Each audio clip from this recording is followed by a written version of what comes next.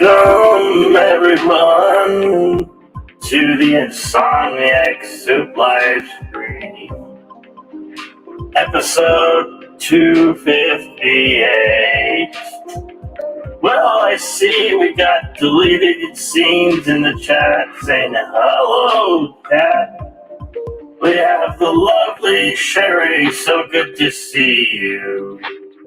Yes, I'm doing the Darius Munchausen opening. Hello, Epsilon Minus, so good to see you. How is everybody doing out there? We're glad you're here. Hey, it's Terry Rose. Soup for you. Yes, soup for you. Soup's always good for everyone. Soup's good for the soul. Makes you happy. Makes you feel good when you're not feeling so good. So, we're having the soup, and I have, Raquel SSG. I believe it's a birthday today. So, we're gonna do a little pre-celebration. She's gonna have later today, sometime today, she'll be having her own celebration.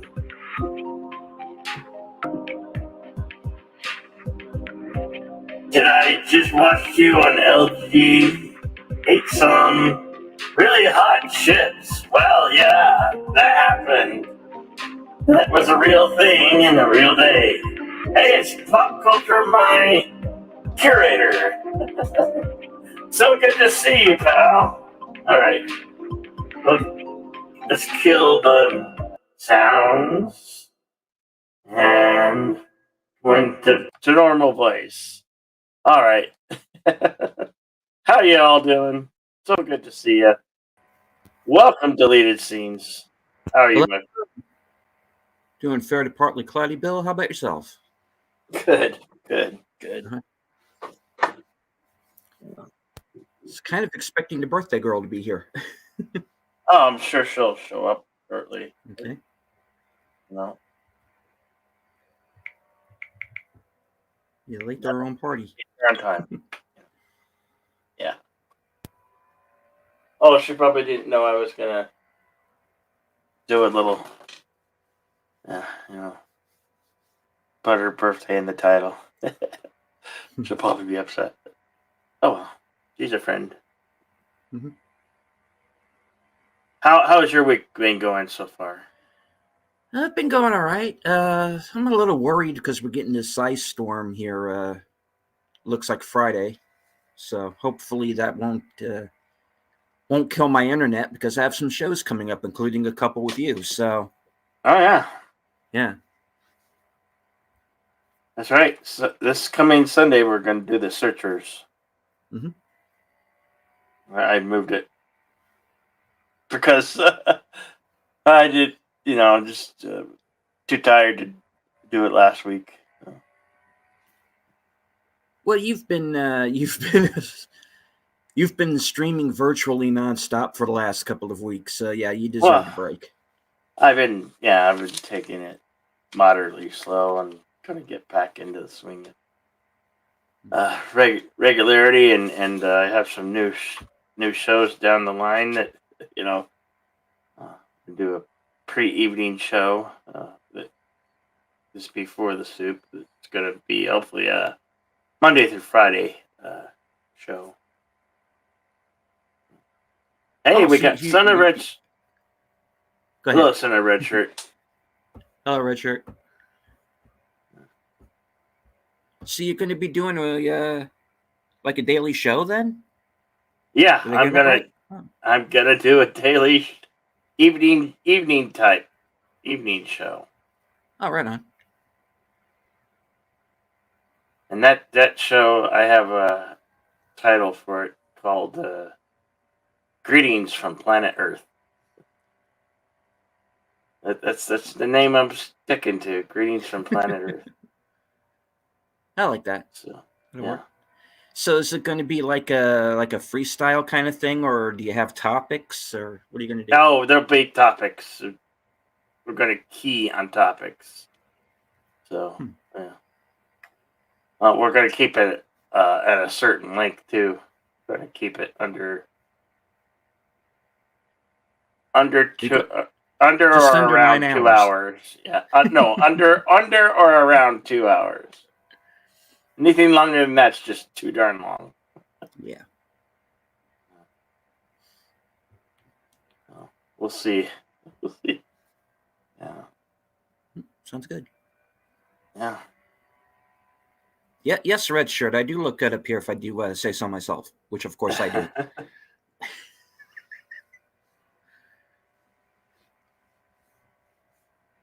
They were saying, "Holly, you beautiful people, and especially happy birthday to Super Syrian girl herself." But she's not. Our special guest. She hasn't arrived yet. I'm sure she'll. I told her I was going to stream. And this time. How are you doing, Sherry?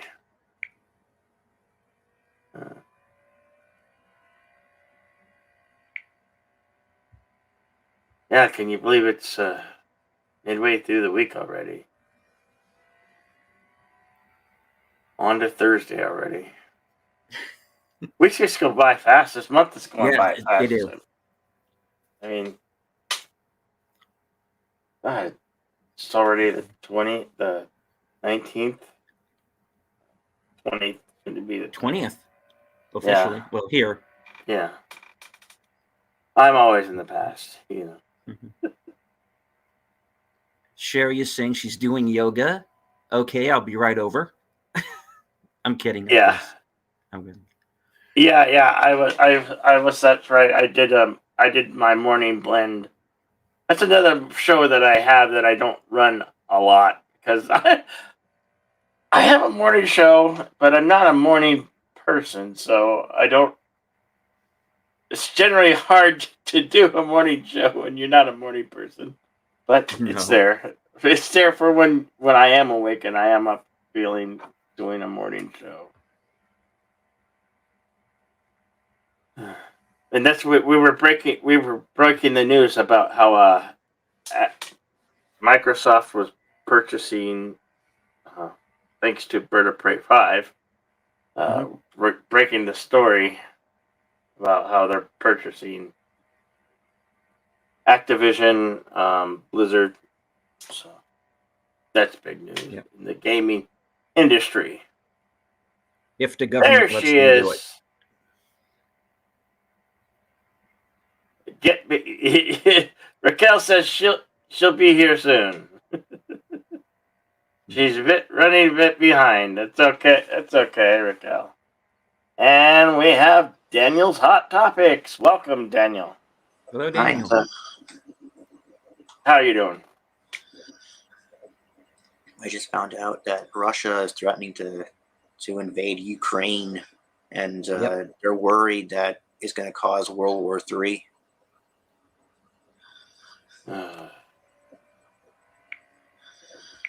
Again.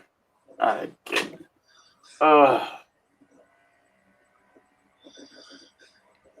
don't know what it is. That will all depend on how deeply we get involved in it. And yeah, I know, Bill, you don't want to turn it into like a political show or anything. No. Yeah. But no, we could talk about current events. That's fine. I don't think we have the proper leadership for it. We don't have a military that's 100% right now, because they seem to be more interested in doing TikTok videos and whatnot. So, are you kidding? When they left Americans in Iraq, that was disgraceful. Any service person could tell you that, how ashamed they are of the current administration.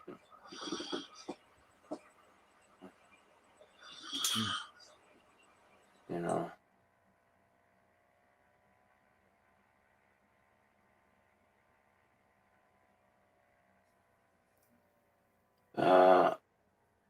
Month is going very first. Yeah, I know. Yeah.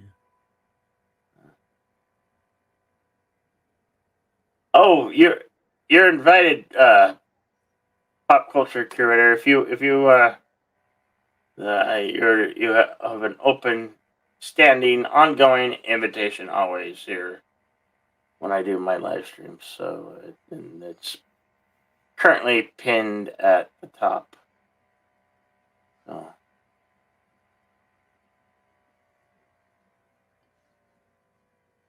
Oh no, I understand. I understand that entirely. Pop culture curator. Well, what happened between you and Sci-Fi Nation? Oh.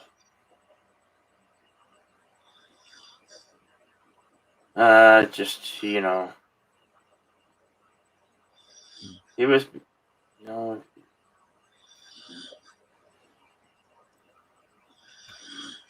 I don't know what it was. I don't know. He had something against one of the guests on the panel.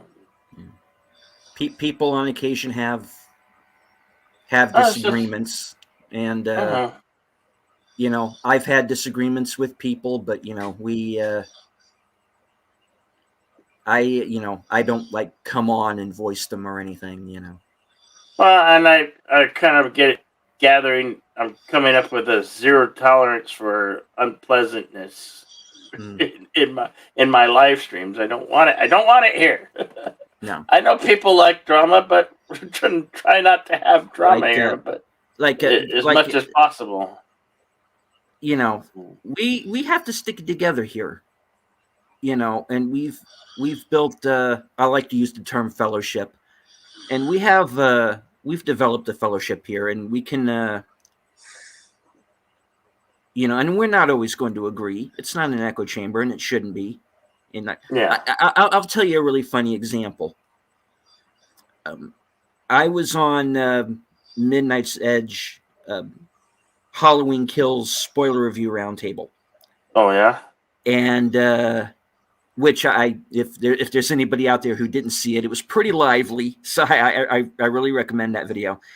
And everybody loved that movie. Everybody who was on the panel loved the movie. I was the guy who didn't like it. You know, so I was kind of like the whipping boy for that video because even in the chat, even my own brother was in the chat and was kind of giving me shit because he apparently forgot that I'm oldest, and I will knock him the hell out. But anyway, long story short, you know, right after that live stream was over, everybody was like, "Hey, we're going to be on tomorrow. Do you want to come on?" Because it didn't matter. I disagreed with certain people on certain points. They kind of brought me over to their side on others. But the point was, you know, I could disagree with the main group, but nobody was out to like cancel me or anything over it. They said, "Okay, dude, you had your opinion. We respect that, and we're moving on." You know, so that, you know, that's. I like that. You know, I like that you can have sort of these dissenting opinions. You know. But, you know, I do understand that there are times when there's a kind of like a right way and a wrong way to do it.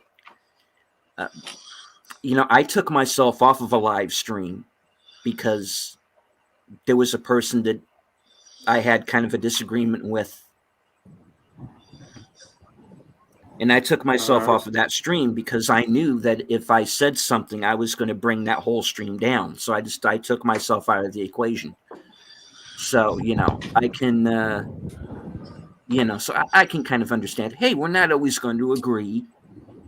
And I don't know what the situation, and hello, Pop Culture Curator, I don't know what the situation is with you and Sci-Fi Nation. And I don't want to get in the middle of it, and I don't want to bring it up here unless Bill wants to, because it's his show and his channel.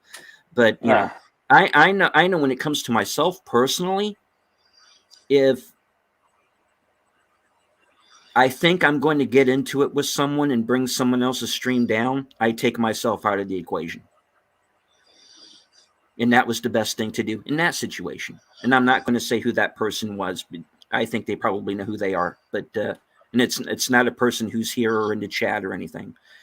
But I said, if that person says something on this stream, I'm going to go back at them, and I don't want to do that because we're all friends here. So that's why I kind of took myself out of that situation. But I can understand. We're not always going to, like I said, it's not an echo chamber, and we're not always going to agree. But we are for the most part friends here, and people have disagreements, and we're adults, and we're going to settle it like adults. Yeah. I didn't mean any of that, but okay, whatever, right? Yeah. How are you today, Pop Culture? I'm doing great, Bill. So good to see you. Can I clarify a few things? And Absolutely. a lot of times people take me out of content and they go on and on and on and on when that is nothing what I meant.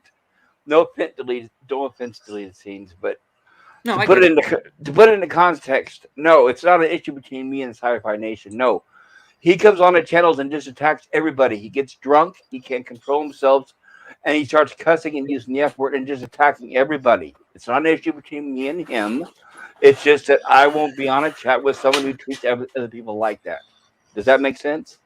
Yeah, no. I understand. Yeah, I understand completely. Yeah. Okay, that's all I want to make sure, because everybody always turns it into like I have some personal drama with somebody. I don't. I just don't go on panels with drunk people who can't control themselves, who abuse other people. That's simply all it is. Please don't read any more into it than that, is all I ask. I was merely bringing up the one situation that I was in.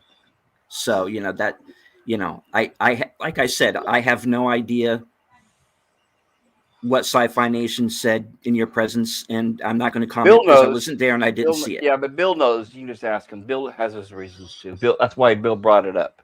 Okay. I saw you know what? Yeah. I'm not even a big fan of Captain Trek, but the way I saw him speak to Captain Trek, it's like nobody deserves to be treated that way. He does it to he gets drunk, he can't control himself, and next thing you know, he's swearing and cussing at everything and everybody. And I just don't. It's not a personal issue between him and myself, because honestly, I don't even know the man. I mean, him and I don't know each other at all. Okay. It's just that he does it in everyone's channel. He does it in Cockney's channel. He did it in Captain Trek's channel. He does it in Jedi Bill's channel. Hey. So when I see a panel and he's on there, I just don't go on the show, is all I'm saying. That's all. Cronus is saying hello to us all. Hello, Kronos. Hello, Kronos. Good to see you. Everybody in the chat, I don't want you to think I'm ignoring you. Hello, lovely Sherry, Raquel, everybody. Son of a Richard, all of them. Yeah. Good to see everybody, by the way. Yes, hello to everybody in the chat. And Bill, congratulations. Seriously, that video you had, it's a good thing Bird brought that up about Microsoft. That video, it had over 400 views. Yeah, I know. Well, that day, I thought the stream was going downhill, and then Bird saved it. Bird of Prey saved it with the breaking news. Like a bird. He literally broke the news. Right, like a bird of prey, he swept in and saved the day, right? He did. That's why Bird's so great. I did watch the stream after. I just didn't want to be involved when Sci-Fi Nation was on the show. That's all. Nothing personal against you or anybody else or Nina. No, I felt horrible for Nina. I could tell she felt really awkward. That was terrible to put her through that. Yeah. It just has me now have a zero tolerance for any unpleasantries. I gotta try to, when they happen, nip it in the butt as soon as I can. Right. People can disagree. Because I want people to have a good time, whether in the during the live stream. I want everybody on the panel to have a good time, because there's a lot of unnecessary hostility and ugliness out there in the world. You don't need to bring it to a place where it should be fun. And it should be a safe place for fun for us all to hang out and Amen. geek out and talk about our favorite nerdy things, good movies, and you know, And believe it or not, there actually are a few. So, yeah. as speaking of which, has anybody seen a Western called Old Henry? Yeah, I have. It's the new one with Tim Blake Nelson. Oh yeah. That is an excellent movie right there. I can't think of a single thing that I found wrong with it. Yeah, the only problem with it, even though it isn't a magnificent, fantastic movie, is they didn't push it like they should have and advertised it. That's why you and I are the only one talking about it, right? Yeah. Well, if it had starred a woman and all this kind of stuff and clicked off all the tick boxes, we all would have heard about it. By the way, hello, Tim. In Tim's Talk. Hey, Tim. What's up, Tim's Talk? And we got Parrot Head. always. Yeah, no more sparkly. No more sparklies. No more sparkly vampires. No sparklies. No vampires. Not tonight. No sparklies. No, but you're getting a sparkly Batman, so what's the difference? Well, yeah, we are. Well, we'll see. We have seen. What do you mean we'll see? Has anybody seen the trailers? Has anyone seen the history of the making of? It's that production is in serious trouble. Green Lantern 345, welcome. How are you doing? Hope your day or evening, morning is going well and well on to Thursday, and soon it will be Friday, and before you know it, behold the weekend.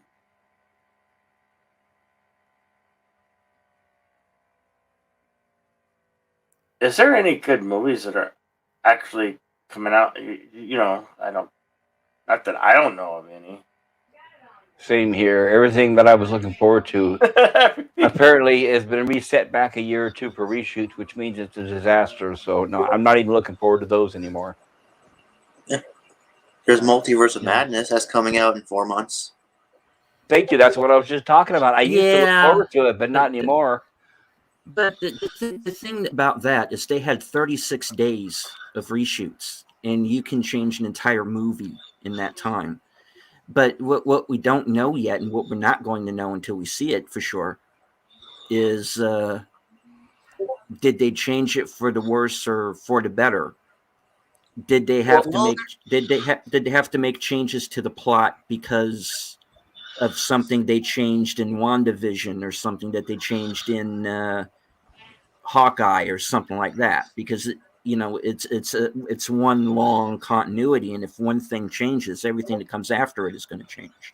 Well, not only that though, but with all those reshoots, the script is worthless, right? Because they're not following the original script by at all.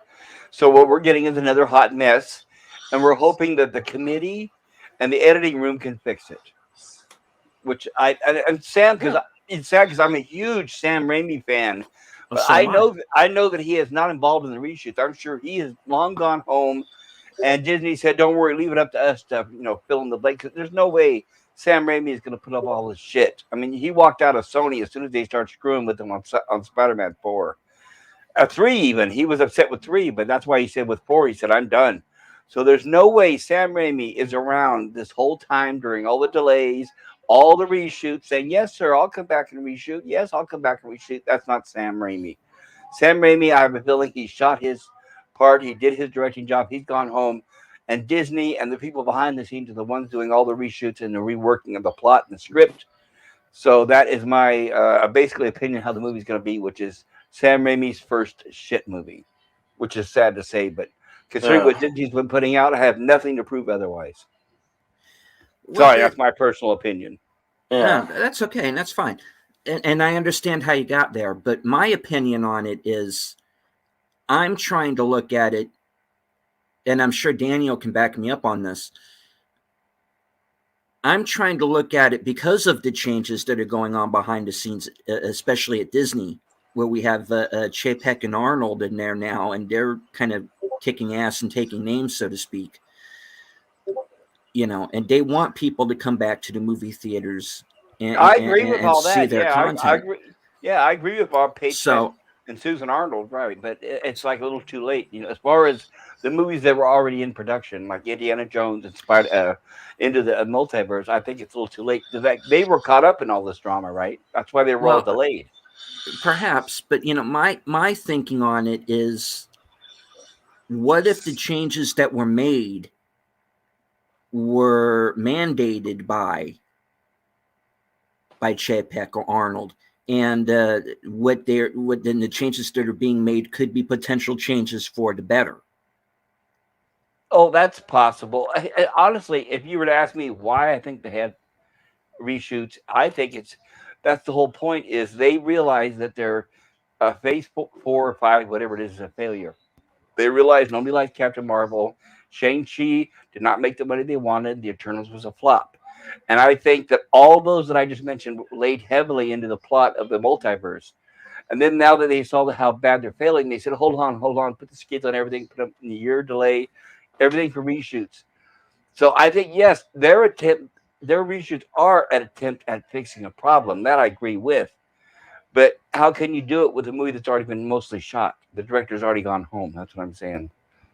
They should have made all these fixes and corrections before Sam Raimi even shot his first frame of film. Well, I agree there, but we're dealing with Hollywood here, and they do everything, ass backwards, so to speak. Yes, specifically Disney. Remember how they did with the Star Wars sequels? Keep that in mind. Mm-hmm. J.J. Abrams had pretty much very little hands on the last movie, right? I mean, that was all like he just did his job and left it up to the editing room, and they kept doing reshoots after reshoots until we saw the final product of Rise of Skywalker, right? Well, that movie was a train wreck. I do agree. Because just like the Madness movie, the director went home, left it up to the studio to do all the reshoots, and then patch it up later. That's the problem. I see another Rise of Skywalker is what I see, basically, my point. But how much you want to bet we'll be able to watch? Sorry, Bill. How much you want to bet we'll be able to watch this Madness movie, and we'll be able to say, "Oh, those are the scenes that Sam Raimi shot. Oh, those are the retakes. Oh, those are the scenes that Sam Raimi shot. Those are the retakes." It's going to be another Fantastic Four. Oh, I hope it's not that bad. Go ahead, Bill. I wanted to say hello to Snowdub Music and Entertainment and Jason Lee Tucker statement, and Green Lantern 345 asked, did we watch the latest episode of Boba Fett, the Book of Boba Fett? I have not watched. I haven't seen episode. It. No. Are you talking about Fantastic? Yes, Fantastic Four, whatever the moniker is. Yes, that's what I'm talking about. I never saw that movie. I heard it was really bad. It was, and same here. Most people did not, which is a wise decision. But the Fan Four Stick, whatever you want to call it. that was not. No, it's that not is good what, at all. Right, that's what we're seeing with the Madness movie. I don't think it's going to be. I don't think it's going to be that you're bad. You're the one that said a few minutes ago 36 days of reshoots can change the movie dramatically. So we're looking at least a 50% change in the movie, right? Well, the way I'm thinking of it is, though, we don't know if the changes made the movie worse or made it better. The changes that the studio made to Fan Four Stick made the movie worse. Well, yes, and here's a good example. How often has a movie, just like with the Justice League, how often was a movie shot, then the studio took over and then did the reshoots and the movie was improved? How often does that happen? That, to my knowledge, never. Exactly. But you're telling me, I'm hearing this from you for the first time right now, that Raimi wasn't involved with the reshoots. Now, there's no way he's not. Nope, he's too professional. Go ahead. If that's the case, and it could be, if that's the case, then yeah, that's cause for concern. Because I'll tell you something. I will tell you one thing that is, in my opinion, a minus against the movie. Now, at the end of Spider-Man: No Way Home, they have spoilers. I haven't seen it yet, so no spoilers, please. It's not a spoiler. It has nothing to do with the movie. Okay. It's the cut. It's the after credits cut scene. Okay. And it's basically a trailer for Doctor Strange 2. Okay, I'm not surprised. And there's nothing there visually that says Sam Raimi. I wouldn't be surprised about that either. And as we all know, there's a lot of times that You know, everything you see in the trailer may not end up in the movie, right? that's another thing. You know, that's how do we know that what they showed in that sort of mini trailer is even going to be in the movie? Right. So it We comes don't down know. to We have- right. So it yeah. comes down to our trust in Disney. Can we trust Disney based on their past history? I don't. Since But, you know. 2016, no. That's what I'm saying. So I'm just giving you. I'm laying out the reasons why I pretty much know with a really good certainty that movie is not going to be good because it's going through that and the Indiana Jones. The fact that they're going through the grinder and the delays and the reshoot during all this political upheaval at Disney, there's no way they can turn out successful. Believe me, of being a big, huge Sam Raimi fan from the very beginning, I hope I'm wrong. I hope this is not the first black eye for Sam Raimi. But the fact that he dealt with the devil, he made a deal with the devil, we'll find out. There you go, Bill. 2 thumbs down, Bill. Tim's talk. Hello, sir. What's up, Tim? Hey, How's Tim. it going, man? How's it going, everyone? It's been All a right, while. Tim. What's your opinion, Tim, about the new upcoming Multiverse of Madness? Well, I don't know. I didn't watch. What was it? Hawkeye. I had no interest, so I don't know. Does that affect Join the my crowd. decision? Join the crowd. Yeah. Neither did we. Yeah, Tim, am I correct you? But I thought I saw a video or a picture where you got a haircut. I guess not. I was trolling. Oh, there we go. Okay. I was trolling. Don't I mean, you want to would- lose the lock. You would give up all your hipster status if you lost the long locks. exactly. You would You can't be a cease. hipster. You would cease to be a hipster if you didn't have the long locks. You can't be hipster with short hair. No, you can't. You can't. They Sure. would throw you out and rip your card up for good. Well, for good. I've had long hair before too, even longer than Tim's. Maybe I should grow it back. Yeah. That's the first No, thing I did when I like- got out of the Air Force. I said, I'm That growing wa- hair. And well, a lot of people didn't notice. It shows like I put a question mark, and not a lot of people didn't see the question mark. Like question mark. It was question mark, then exclamation mark. It shows like people want to see what they want to see. I mean, it was like, yeah, I got a lot of positive responses on the shorter hair. I have been considering because having longer hair is definitely a nuisance. Like, Yes, every morning combing it out. I know. yeah. So, yeah. So I've been thinking about it, but I was just like doing a survey kind of there. But I was trolling. So, Gotcha. Yep. It's a skit. yeah, like skit. right, like Pickles says, it's a skit. Yep.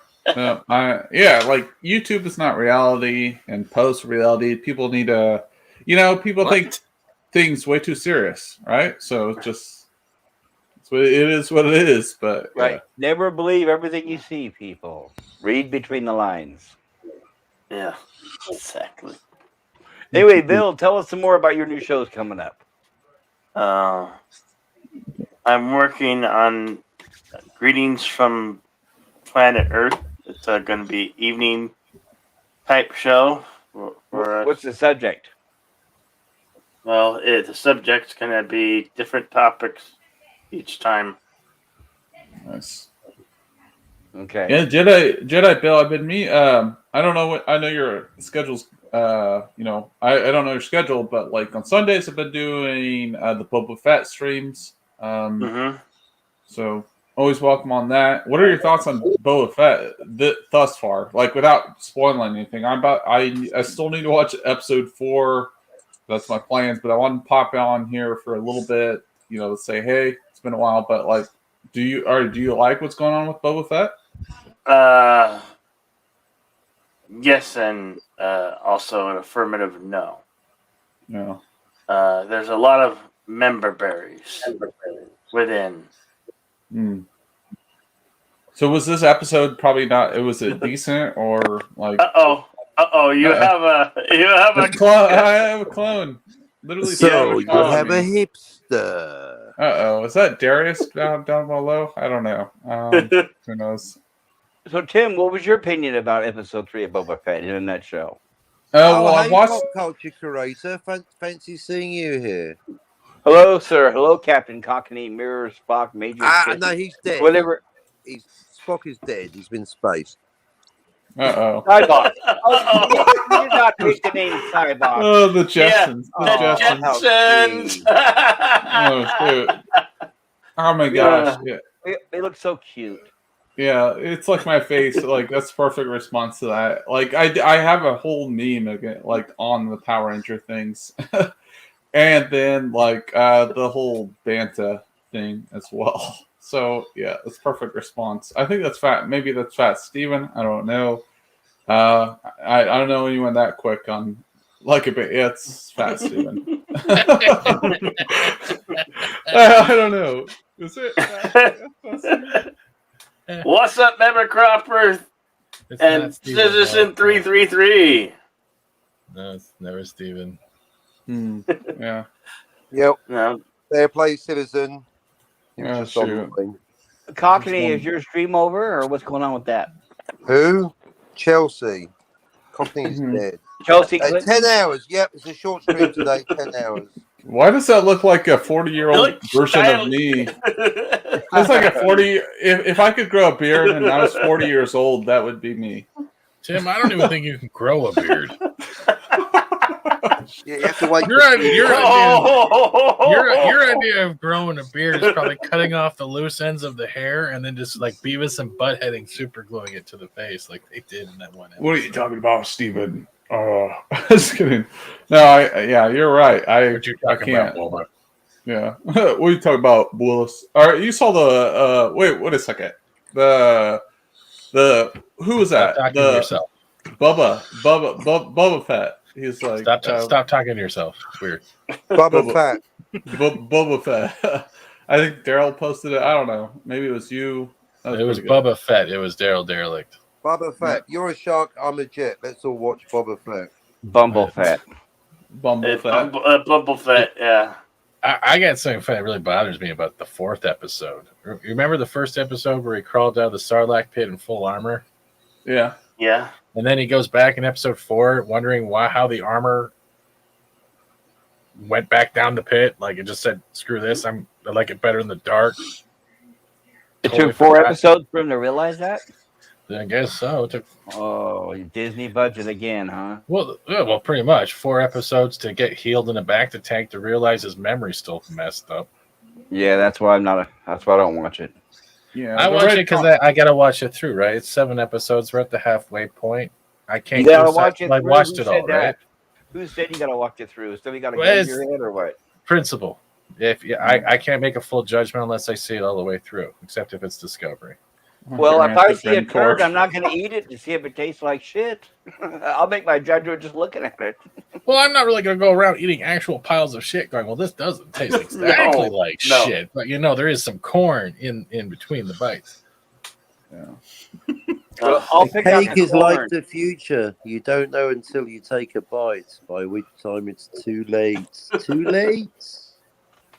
Son of a red shirt has a good point. He said he thought the Jawas took the armor. I thought that's what I heard on Twitter. Yeah, what They happened to did that? take the armor, but remember he was passed out and looked like a pasty burnt astronaut sitting on the Oh, I desert didn't see it, floor, so I'm just going by Twitter. What's up, Poe? How you doing, He Poe? could, Red Shirt Howdy. could be an unreliable narrator. Yeah. Hello, Poe. Welcome to the chat. Does anyone else think Tim needs a Jerry curl? A weave. What do you- What are do you talking think, about? Poe? This is Have you this is been a watching the book of Boba Fett? I What think do I you watched think? the first 2 episodes. It's a little bit slow, but I'm gonna give it a little bit more time before I pass my judgment on it. But I don't know how many episodes this season has, but 7. yeah, Jeez. yeah, sheesh. How cheap. Yeah. I'm gonna say that. Well, Epsilon Minus says he called it by its PC name. What is the PC name since they don't allow slave one? I'm curious. But the thing is, the way they're going at it is, he's saying, "I want my fire spray style, my fire spray ship." Like, I want But my we still will sparkly have fire the spray. logos on it, though. Yeah. I want my sparkly fire spray. Oh my gosh. Yeah. Yeah. Pass. A hard pass. Oh. You got to remember one thing here. Here's the difference, okay?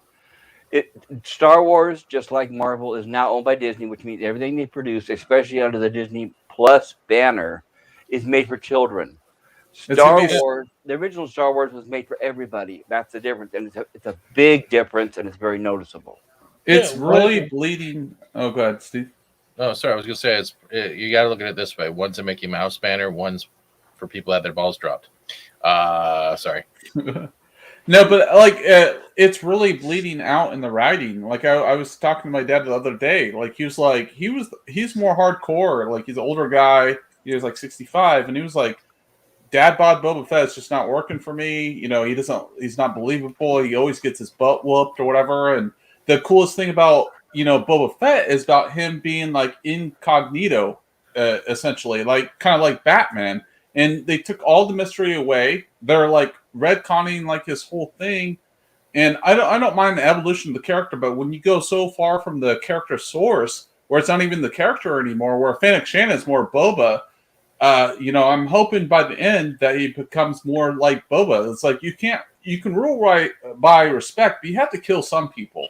And then she's been kind of this counterbalance, right? Well, I kind of agree with that. Because you got to remember, Lieutenant, if the writers were familiar with the character, they wouldn't.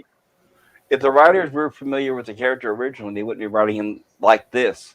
This is showing they are not familiar with the character. If you're thinking they're suddenly going to become familiar, I don't think that's their intention. I think their intention is to make him a new character, and we need to like him the way he is. And honestly, if they were going to live up to the adaptation of Boba Fett, they would have made the miniseries just 6 minutes long. I just think it's all just filler. It's all just filler on what we speculated on what happened, what they didn't show us. So I just think we should just give it time and let it play out. But I think it's all filler.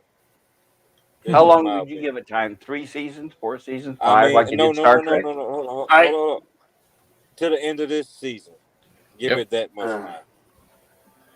I do agree with Citizen 3-3. This him escaping from the Starlight pit should have been much, much better. That was pretty. It feels like it. Sorry, yes, they are cutting budget, so you are right about that. It feels more like it feels more like it's a show based around member berries than it is a show about producing a character. Yes, there's only 6 minutes here, and yes, he's only been in the Celebration holiday special and all that crap. But there's enough comics. The thing is, they're making a story about a character, a bounty hunter that's really one of the most badass ever. But they're like taking bits and pieces out of the EU that they say doesn't exist. So it's like it's Disney Star Wars is in its own universe, but yet they want to cling on to the other universe so freaking hard that they're going to get criticism. And the criticism that's coming out is that you can nitpick and take apart an episode because you're going to find things wrong and find things you like.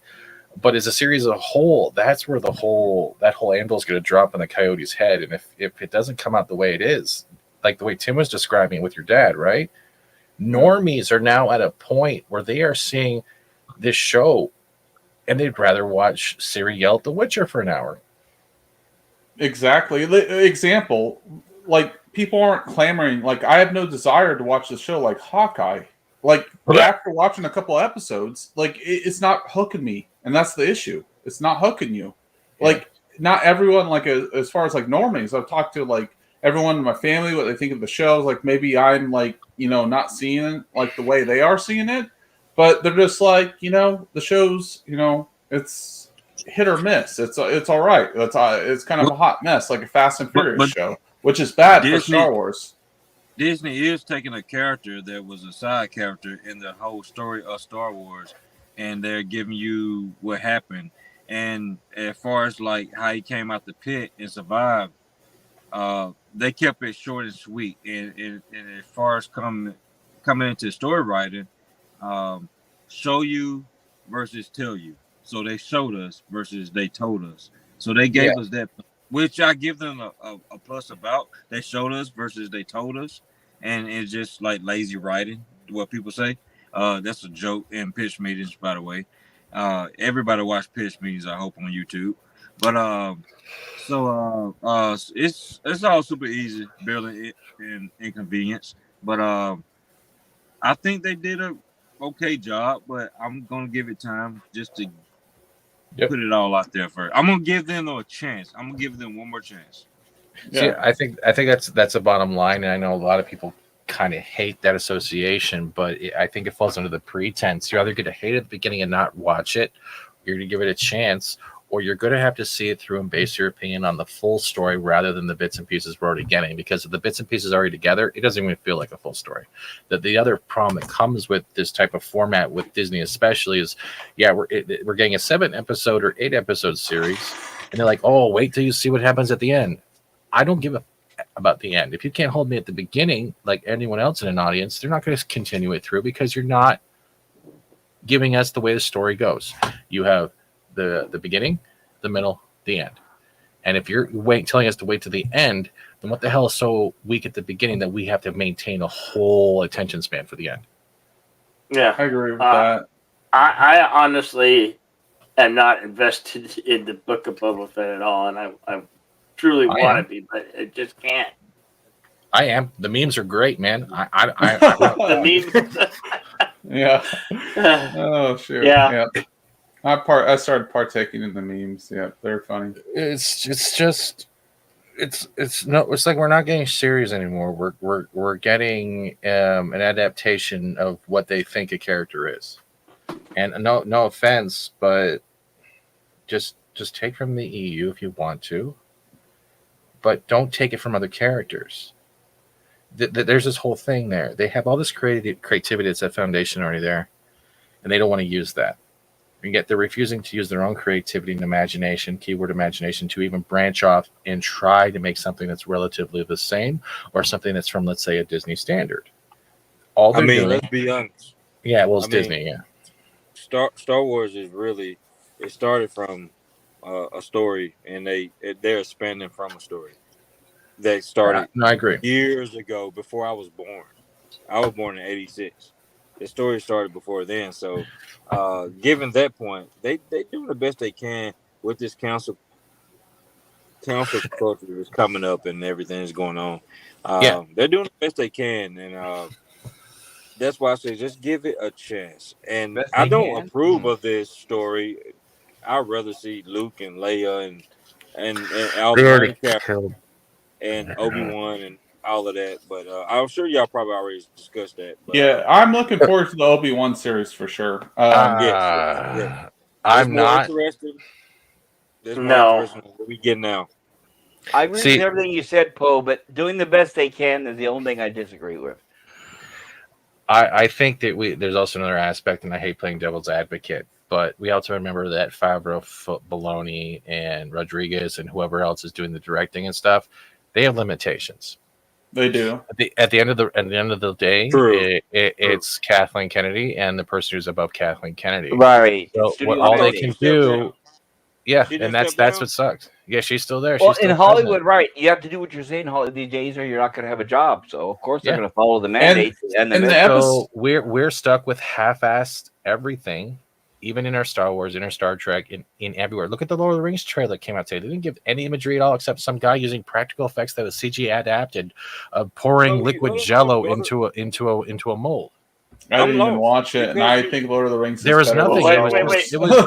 It was liquid metal being poured. Poe's trying to say something. What were you trying to say, Poe? You're telling me the Wicked Witch of the West, Kathleen Kennedy, didn't step down? I thought she stepped down. No, she didn't step down. No. No. She's still president. You can go to YouTube right now and take a look. Yeah, it was a. No, wait, hold on, guys. Let me clarify. Wait a minute. Hold on.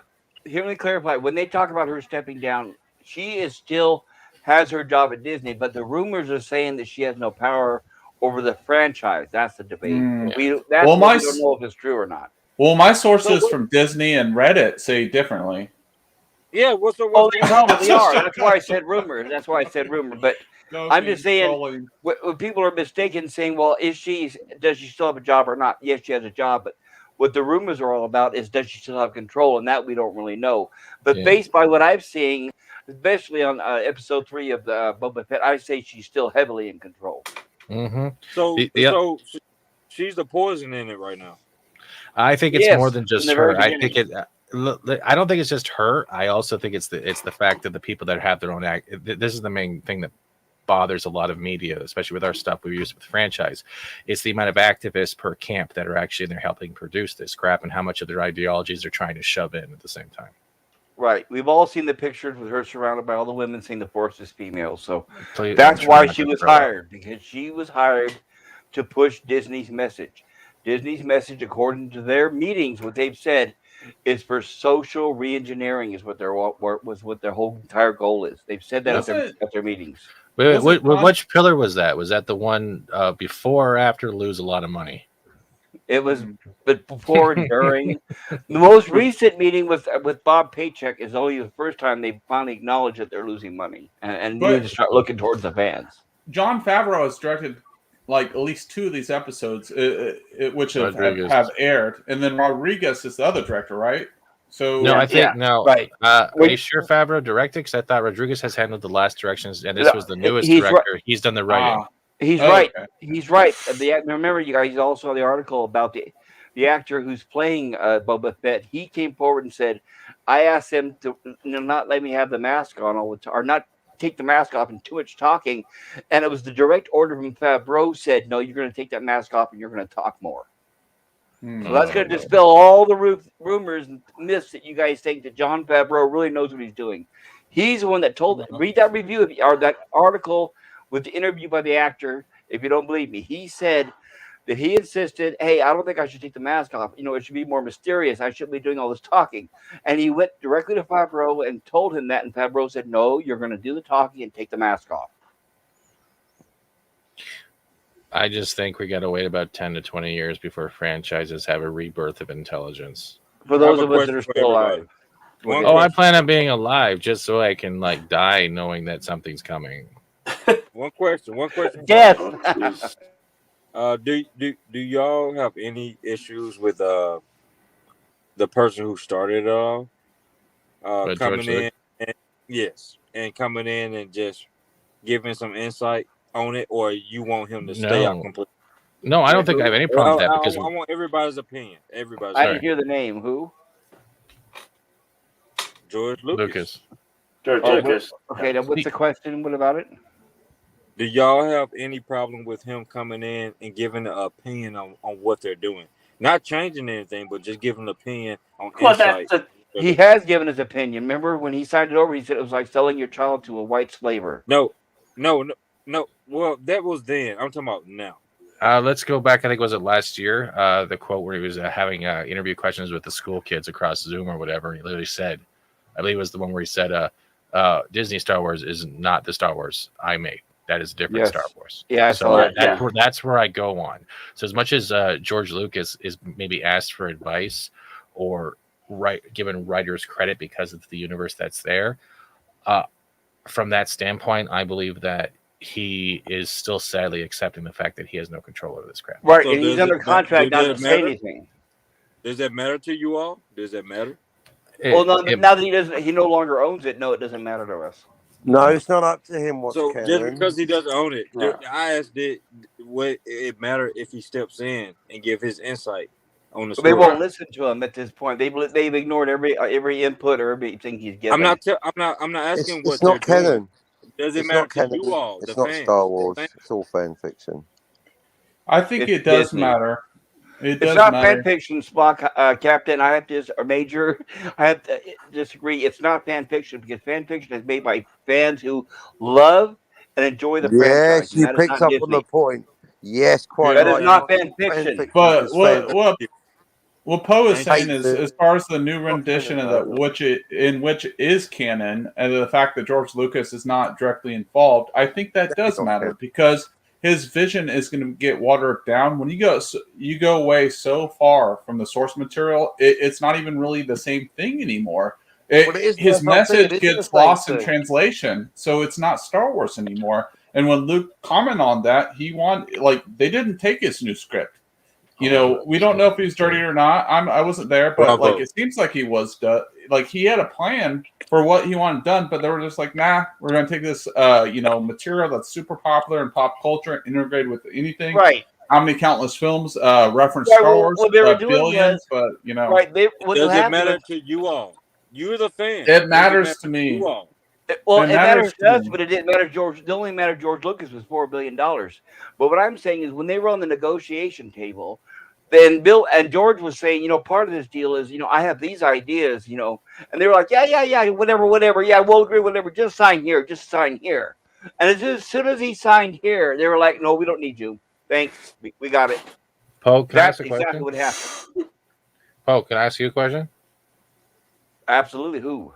Poe. Shoot, Poe, Bubba. and Shoot, here's the Bubba.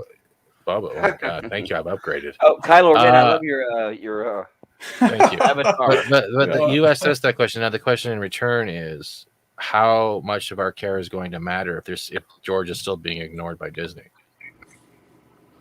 Oh, hold up. That's a whole different conversation. How is it a whole You're different the fan. conversation? If he's being, We're yeah, fans here. I know, but we're the fan. But Yeah. as much as we love George or whatever's going on, if he's even brought in, let's say, to help with Boba Fett and give insight, doesn't mean his insight's being listened to. That is true. That is. I recognize what's going on. Yeah, You recognize it's kind of what's like a going on. double-edged sword. Yeah. Yeah. You recognize what's going on, but it does. That's how powerful the fan base is. That's how I'm trying to build up the fan base, because it's that much power. It means something to us. It does. It means a lot. But we're at the point now, like we're saying, whether you're a huge Star Wars fan or a minimal Star Wars fan. I'm going back to Tim's thing before earlier. I've heard other people talking about their parents really going, I have no idea what's going on. Then there's a way to handle it, to reject it in a positive manner. I'm not. Then not in a negative manner. It's a way to handle I it. agree. No, I agree. Not everything has to be a hate click. I agree with that. Yeah. Right. Thank you. That's the part, if I could interject for a second, that's the part that I'm really worried about, is people thinking we're just watching this stuff for hate clicks. That's the And narrative going around. I don't want it to get to that point, because Well, I I think agree. as people we're better than that. I agree. We are. I was talking to a guy named Star Wars Obsession. He's a friend of X-Wings and stuff like that. And he was saying he's seen it on his Twitter, but like this is the brilliance of what he said. He's seeing people after the third episode saying, well, Jon Favreau should be fired. And they're going after him like this and saying, oh, he doesn't know Star Wars and like that. And he says every time he looks at and reads some of those negative tweets or stories, it increases his ability to focus more on the positive. And I think there are more people out there who need to start focusing on that. You don't have to accept what the fuck Disney's throwing at you, but at least give it the benefit of the doubt of their storytelling and where they're going, and then base a decision. And I think if we can't even do the normal Siskel and Ebert pros and cons of what we're getting thrown at us or lectured at us, are we actually doing it justice to ourselves? That is true. Look at how DC going right now. No, And Star Wars is going in the same direction. It's going down. everything's going down because we're at that precipice where the pendulum's eventually going to swing, and that's where the 20-year format comes in. But I want to say, hey, Jedi Bill, thanks for having me on. I got to get in. I got to be working like 7 hours. Okay. Appreciate it, Bubba. Good Y'all luck, are great Paul. people. Thank you, 18. Bo. Good meeting you, Thank you, Poe. Poe. Yeah, Good to meet care, man. all of y'all. Y'all are great Later, people. Poe. All right. Have a good night. Catch you I'll be later. with you. dude. Okay. Be safe. That's to swing back to what I was talking about earlier, when I was on the Halloween Kills spoiler review video, and I was kind of like Siskel to everybody else's Ebert in that situation, and What does that mean? well, I didn't like the movie, and everybody else did. Well, you said you liked the Ebert. Ebert didn't hate everything, but okay. Well, the difference. Well, I always looked at Siskel and Ebert as Ebert was the one who got the joke. I always thought, You know? I've watched them since I was a kid, from the very beginning, and I always thought that Ebert was more into the fan stuff, and Gene Siskel was more above it. Roger Ebert or Gene Siskel or Ebert would go off. He loved Star Wars. He loved Star Trek. He loved all that. And Gene Siskel was like, well, I don't understand that stuff very much, but okay. So I always thought the opposite. But anyway, Yeah, oh well, anyway. that's my opinion. Hey, Long story short, because I brought this up earlier. But long story short was, I was able to disagree. And that's the good thing. I haven't seen Book of Boba Fett. I might watch it and like it. I might watch it and say, what the hell is this? But we need to be able to allow each other to, have the differing opinion. There are people who may like Disney Star Wars. There are. I don't know what to say to that, but they can like it. Or find something in it to like. Well, deleted scenes, maybe look at it this way. Like it's the same way we deal when we're talking to people about politics. We might not agree with the same way we vote or politics. It's just coming the same thing with franchises. You can still respect someone for either liking or not liking something and still be friends. Exactly. The Mandalorian. Yeah. Mandalorian last year was a prime example. Remember how everyone was like, "Oh, you hate Disney, Star Wars, and Last Jedi, yet you're all on the Mandalorian thing," and that caused a big divisiveness. It's like we're not even given the ability to think for ourselves, have our own opinions, because somehow we're going against the original foundation, and that's the problem. We're also in a generation where we're having younger people being introduced to Star Wars, and what's the first Star Wars they're being introduced to? Disney Star Wars, Star Trek from Kurtzman the Clown. No matter what is going on with the conversation, there's a younger generation that are embracing and being subjected to the newer shit that's out there. They have indoctrinated is the word. Indoctrinated.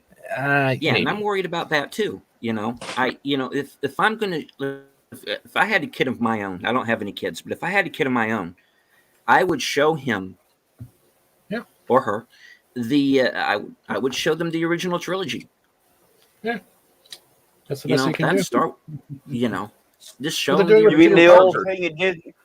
That old thing that Disney wants us all to forget that's locked away in the vault. Is that right? Bite me, Tim. Bite me. Just bite me, dude. Bite me. But they're doing the same thing with Peter Parker. They're doing the same thing with Peter Parker and the whole Miles. I will slap the crap out of you, you weirdo. But Peter Parker, Miles Morales. Go ahead, bite now. Can I hit him? Yeah, you can. Sure, go ahead. I'll allow it. But another one is it's almost as famous as Star Wars. If you want to look at it this way, is Peter Parker the Miles Morales thing going on, and people are calling Miles Morales Spider-Man. But all Miles Morales has done is rehash Spider-Man stories. Yeah, he has different powers, different attributes. It's the same shit. We're in. It's just. I just think we should be able to wake up, have the type of discussion you're having now, and not feel like you have to burn your neighbor at the stake tomorrow morning because all roads lead to Jake or all roads lead to Leia floating through space. And who the fuck cares? They're not going to bed with you at night. It's not hurting your sleep methods. It's not hurting your ability to eat, breathe, and function. It's a lot better now than, let's say, it was back when Star Wars first came out and people are having fist fights over who was the better Jedi or better captain in Star Trek. Like no one remembers that? Kirk? It got violent. Thank you I'm not doing this. I'm not having fist fights because his avatar will start throwing fists. That's a great avatar, Pat Stevens. I know what it's from. Thank you. Yeah, Samurai. Yeah, and I'm saying this because I've been drinking a lot. Samurai Cop, right? Yeah, that's right. Bad wig and all, yes. Wow. Yeah, man. I just wish we could all just still be respectful neighbors, like we are with politics. Not how Twitter treats people with politics, and just be able to share a beer at the end of the night. Yeah, it's very cultist. Yeah, I see major accusations. It's like it scares me. Like if any of us blew up one day, right? If we had 100 post says, "Don't make me come back on." I don't think Miles Morales is Spider-Man, bro. Okay, Peter Parker, 90s Fox kid Spider-Man is my Spider-Man. I'll totally buy and Andrew Garfield. I don't care. I agree with that. But Cisco's better than all of them. I don't care. But honest talk, though, the thing is, change your goddamn avatar before I cyber cop your ass. You look What are like you talking Priscilla about? Queen of the- you look like Priscilla Queen of the Desert threw up on a Peloton. You know, Get rid of I'm that hip shit. What is that? Steven from Mars. You know, I'm multiverse. You look like the Steven. Pluto Nash of Steven Seagal's. What the fuck? Well, maybe I'll change to hipster Pluto Steven I from can't Mars. wear that shit. I need a toque and a plaid beard. What is that? Well, I mean, I think you look kind of cute on there, but whatever. I will put your head on Kathleen Kennedy's body. Wow. All right, I'll become box. All right, you want your I'm head on box. Kathleen Kennedy's body? I can do that. All right, I'm box now. I'm box now. Box now. You son of a bitch. No. All right.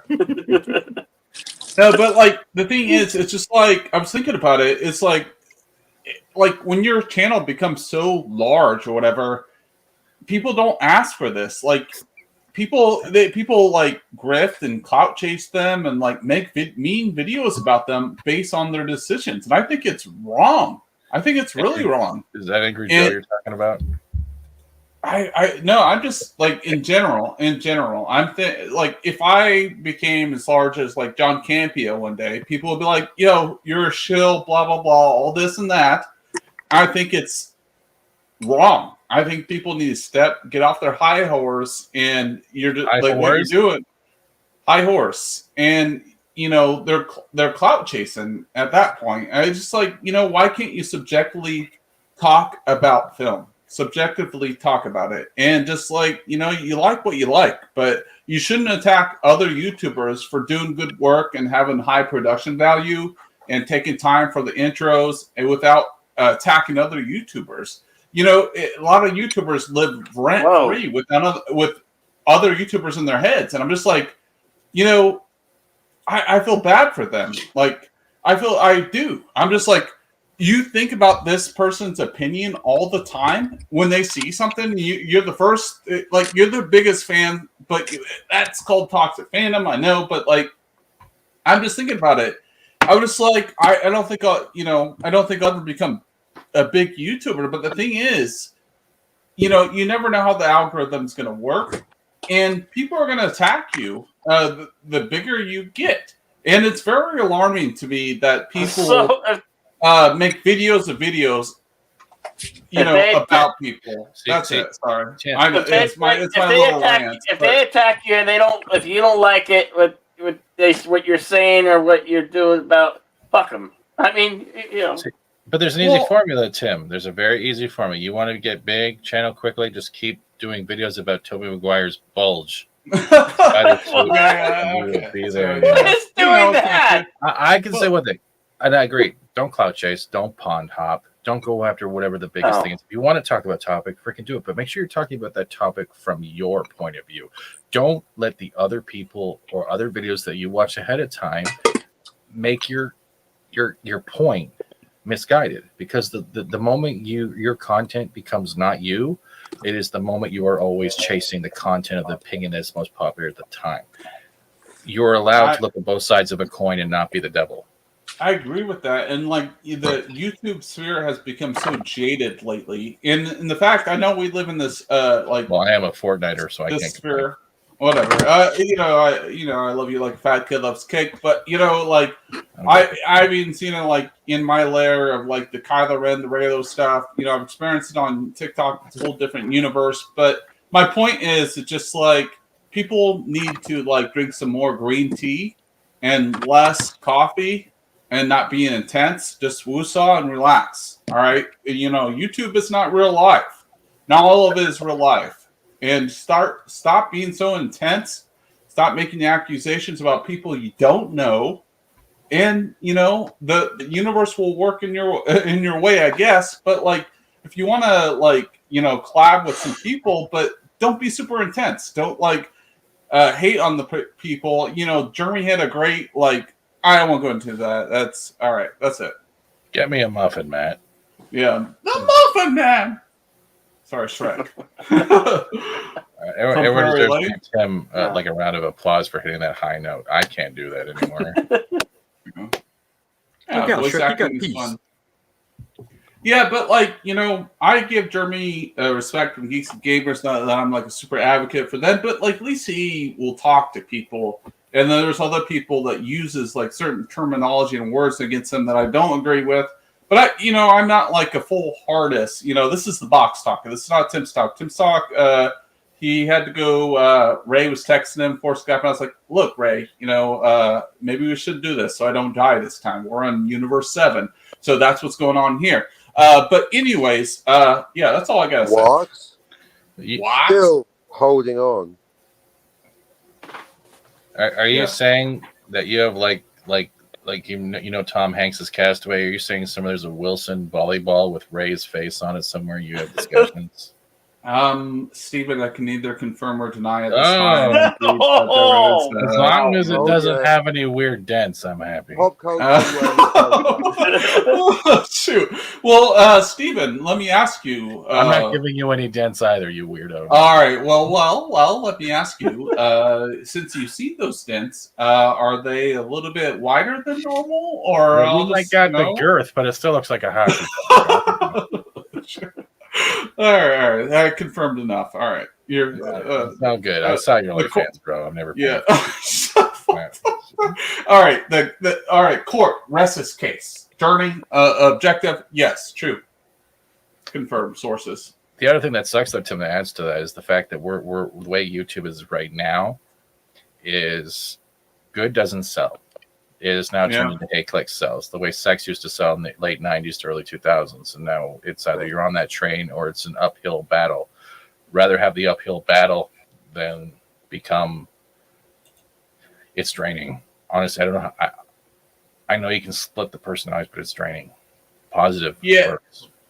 Yeah, it's like, controversy sells for sure, or whatever. And like I've noticed for the market, I look at the algorithm. You never know how it's going to work. Obviously, it helps when you post a little bit more on the shorts, which is great. Jedi Bill saw success on that, and I have as well. But like, the controversial topics do sell a little bit more. More, yes, that's my trigger word. Sorry, but like, anyways, it's just like, yeah, you got to do what's relevant on topic. yes. Yeah, as far as like the topics, you got to like, we're gonna, Mark the Batman is gonna be a hot topic. You got to cover those topics. You can't just talk about legitimately like just random things. Just give it a couple weeks, or when Lord of the Rings drops on Amazon, you're going to see nothing but Lord of the Rings videos all across your feed. And I'm going to sit there going, I'm going back to video gaming. Yeah, I can't watch that crap, man, because it's always negative. It just sucks the soul out of you. Well, what'll happen is it'll come out, it'll be shit. Every week you'll hear everyone saying, "Yeah, I watched it, and here's my review." Even though it stunk, here's my review, because all they care about is ratings and clicks. I am so worried about it. Thomas. What were we saying? Sorry, go ahead, Tim. Thomas is such a kidder there, Thomas Bot. No. Such a clown you are, Thomas Bot. What did you I'm think super- about the Lord of the Rings teaser trailer? Oh, you mean Jello poured into wood? Oh, thank God for that. I feel like I know the whole series now. Where's that sexual instructor that helped do that? What? Oh crap, dude! Jedi Bill, would you juxtapose showing that? I haven't seen it yet. Dude, it took the whole trailer is her trying to say Mordor. Mordor. They couldn't say Mordor. What? Oh, dude, it's hilarious. It's literally they're I pouring, haven't like, seen it. I didn't even know it existed until you guys mentioned it here. Are you gonna get more Dorg? More the door! More the door! Oh my More gosh. doors, more doorknobs, more windows, more more to the walls, more door. hallways. Oh my gosh. More the door! More the door! More power! Mordor goes to Mordor. Is it like 30 seconds or I how want long? give me It's like- more it's the- door. I it's want literally- more door. It's Mordor literally a drives minute in my and four-door 34 Cadillac. seconds. It's a minute and 34 seconds of hot metal being poured into a wooden shape of it making, what is it called? The Power of the Rings. Oh, Yeah. jeez. They dude, probably this is gonna spent be $5 bad. million on that commercial. It's I They bet use $5 practical- million at least.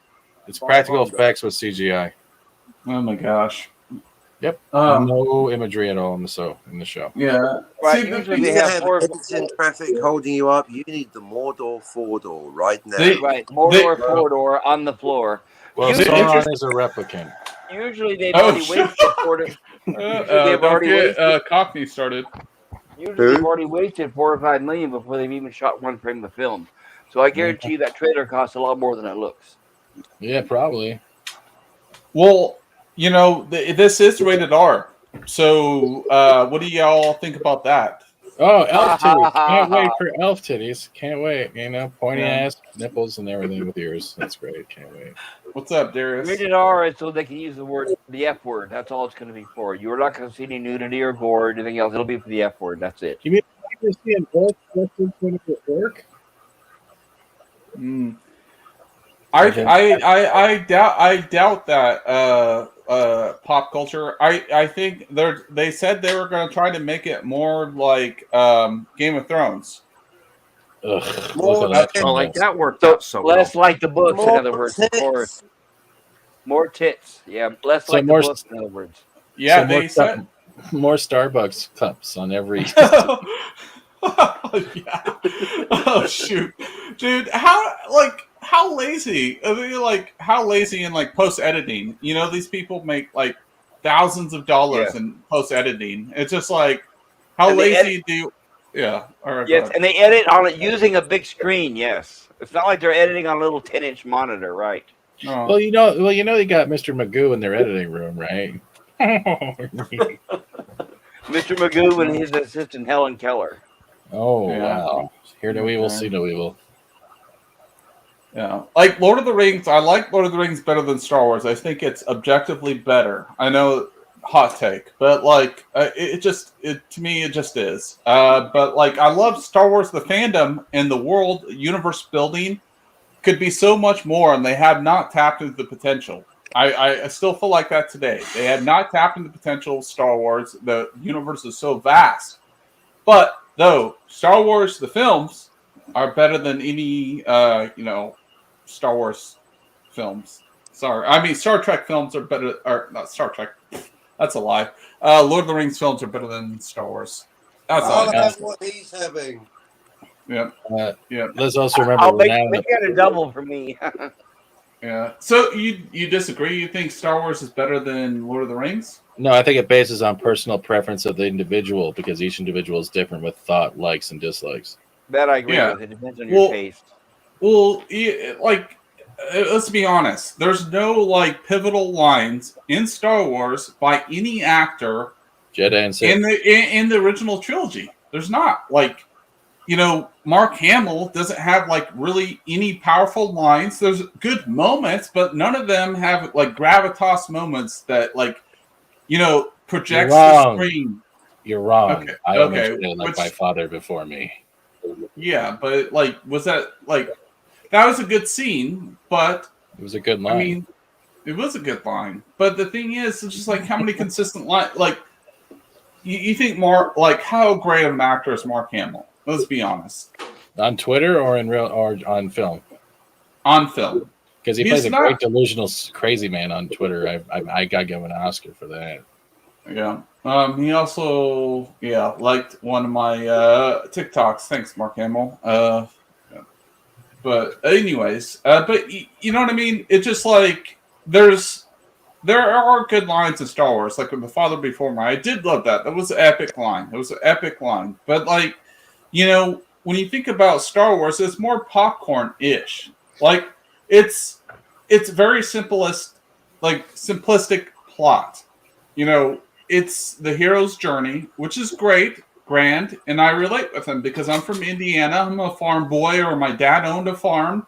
Grew up on that, and then they later bought a movie theater or whatever. So I relate with that. So, but I'm saying Star Wars, is not like Inception. It's not like The Dark Knight. It's fun.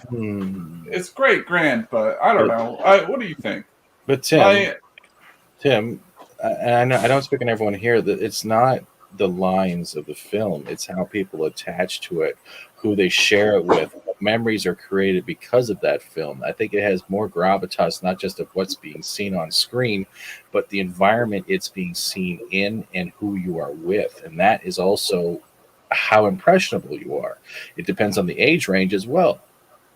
There are so many factors when it comes to film and how it affects another person or a group of individuals that there is no fine line because everyone's line is different. That's the part of individuality. Yeah.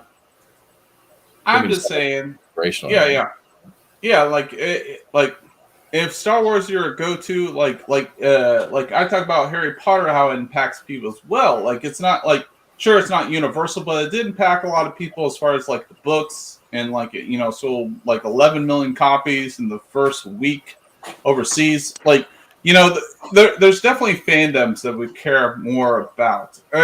What I'm bringing up is the fact that I do love Star Wars. I love the universe it created and has special gimmicks and moments that I feel and like cuteness. It has like that more like, for example, all right. For example, I'll roll it down a little bit, but like you see those films that come out for like maybe this is a bad example, but like as far as like Oscar bait films, right? You see certain films that are up for Oscars and that are not up for Oscars, and you look at them, there's a lot, it seems a little bit more hard work, crafted, and they shoot shots like really beautifully. Like it's more actor driven, is what I'm saying. And then you watch Star Wars, the plot is a little bit more simplistic, but they're like what it does well is like when you watch a series, it has lines that reminisce with people because there's a little bit of buildup. You have 1, 2, 3 films or whatever that were several hours long and really deliver that line to make you feel that emotion of what it is. So my point is, yeah, like what you're saying, Stephen, I do agree with you. Like if you wonder, feel for Star Wars, I feel that same way too. But I feel like for me, Lord of the Rings just films like a more complete story. The stuff with Sam and Frodo, and even with Smeagol and Aragorn becoming the king or whatever, the Return of the King. There's a lot of good elements there, and so I feel like Lord of the Rings is a lot more mature stuff in the writing than Star Wars. That's my point. That's I found it. That's my point. But that's subjective. That is subjective. So I'm done. Are you done? I'm done. Sorry, I was ranting. You were ranting. Oh. More power. Apparently you're a spy because you're on TikTok. That means John must be a spy too. Of course. But no, what do you think, Stephen? Do you like your conception or your perspective as far as like Lord of the Rings compared to Star Wars? I have no say. I like the books. Lord, it's different. That's why I say I can't say because Star Wars for me is not just it's everything. I like the space. I like the ships. I like the battles, the space battles. I like lightsaber battles. I just like everything. Lord of the Rings is for me. What I like about Lord of the Rings comes from the books. I like the lore, the moon runes. I like learning about the Ents, how the rings were formed, the Nazgul. I like all that stuff. And I got the books. My dad handed me down one of the editions that had like a oil painted cover, all 3 books in one, really thin paper. Oh, I went right to the back and started learning about the runes, the songs, the lores before I even went into the story. When I did Sword of Truth, for me, I wanted to know more about the lore of how wizards and how all the veils came up and how all the different continents got separated. Like for me, every person's different. And then I read the story. It's hard to say. Yeah. I like knowing the foundation before I read something all the time. Sometimes a prologue can't do that. The back of the book can't do that. It's just everyone's different. Your opinion is you find Lord of the Rings more entertaining and a lot more fun and story-driven content than you do Star Wars. I can't argue with that because that's part of you. Mm-hmm. Nobody can. Yeah, that's right. They were Citizen 333. Yep. It's amazing world. there. I think it's important to note because just because I look like Kylo Ren doesn't mean that's my favorite character. Obi-Wan is my favorite character in Star Wars, by the way. So You look like who? Boba Fett. I started eating Twinkies. Just kidding. I know. Just kidding. Sorry. So no, because like I get a lot. They're like, "Oh my God, you're biased because Kylo." No, Obi-Wan is my favorite. So maybe it's because of the prequel trilogy. But yeah, and Aragon is probably my favorite. Aragon or Aragon or however you pronounce it, but Aragorn. Yep. So yeah. But I just can't respect Disney Star Wars, or I hope. I'm basically watching because I hope for it to be turn around, but I don't see it turning around. I don't. They don't care about fans my age, or have been carrying a torch for this thing. For the ones who buy the merchandise and for who make. Well, they've clearly said that. They've said that in public. It's part of their new mission statement, right? So yeah, no doubt about that. That's unforgivable. I still demand. Well, you know what's ridiculous? A sorry that we'll never get. We'll never. Right. Come. You know what's ridiculous? Like Kathleen Kennedy saying, "We're not making this for the 40-year-old guys, whatever." The dumb idiot doesn't realize, hey, you know what? We buy that stuff for our kids. We take our kids to the movies and we buy them toys for their birthdays. Mm-hmm. We influence a lot of what our kids grow up with. So that's just total ignorance, which is totally on their behalf. Well, they don't care. By the way, arrogant. The thing is, they don't care. No, they don't. Right? Well, because it's not. They push their own agenda, which is social reengineering. Remember those words? That's the words they used. Yeah. At this point, there's no stopping them. They're going to continue doing. At the end of the day, we all want this content to be good. I want to like Boba the Fett. Sorry, I say Boba the Fett. I'm trying to reprogram myself not to say Boba the Fat. Boba the Fett. Boba Fett. All right, so yeah. Because I want it to be good. I do like Star Wars a lot. I would love to wield a lightsaber one day. I know it's not real, but I would. And I'm really looking forward to the Batman with Robert Pattinson. I think the trailers have looked fantastic, and you guys don't like it? I don't. I think the trailers are good. At least you make one of us, Tim. Good luck with that. Oh shoot! Well, what did you think of Moon Knight? The Moon Knight stuff was decent. I thought that looked good. No comment. Watch Moon Knight. You want to hear? You don't like Moon Knight either? I like the character in the comic book, but all right, I'll make this fast. I explained this last night on Major Captain Chelsea's Marty Spock's channel. Here's what it is. Everything Disney Plus, especially Disney Plus, produces that comes out of their factory is rated G for children. And on top of that, you're talking about it's going to have a television budget. And we're talking about the bad guys / monsters being created with CGI, which means you're going to see, first of all, it's going to be written for children, no violence, no blood, no cuts, no gore. And you're also going to only see whatever the CGI characters are in glimpses and only for a few seconds.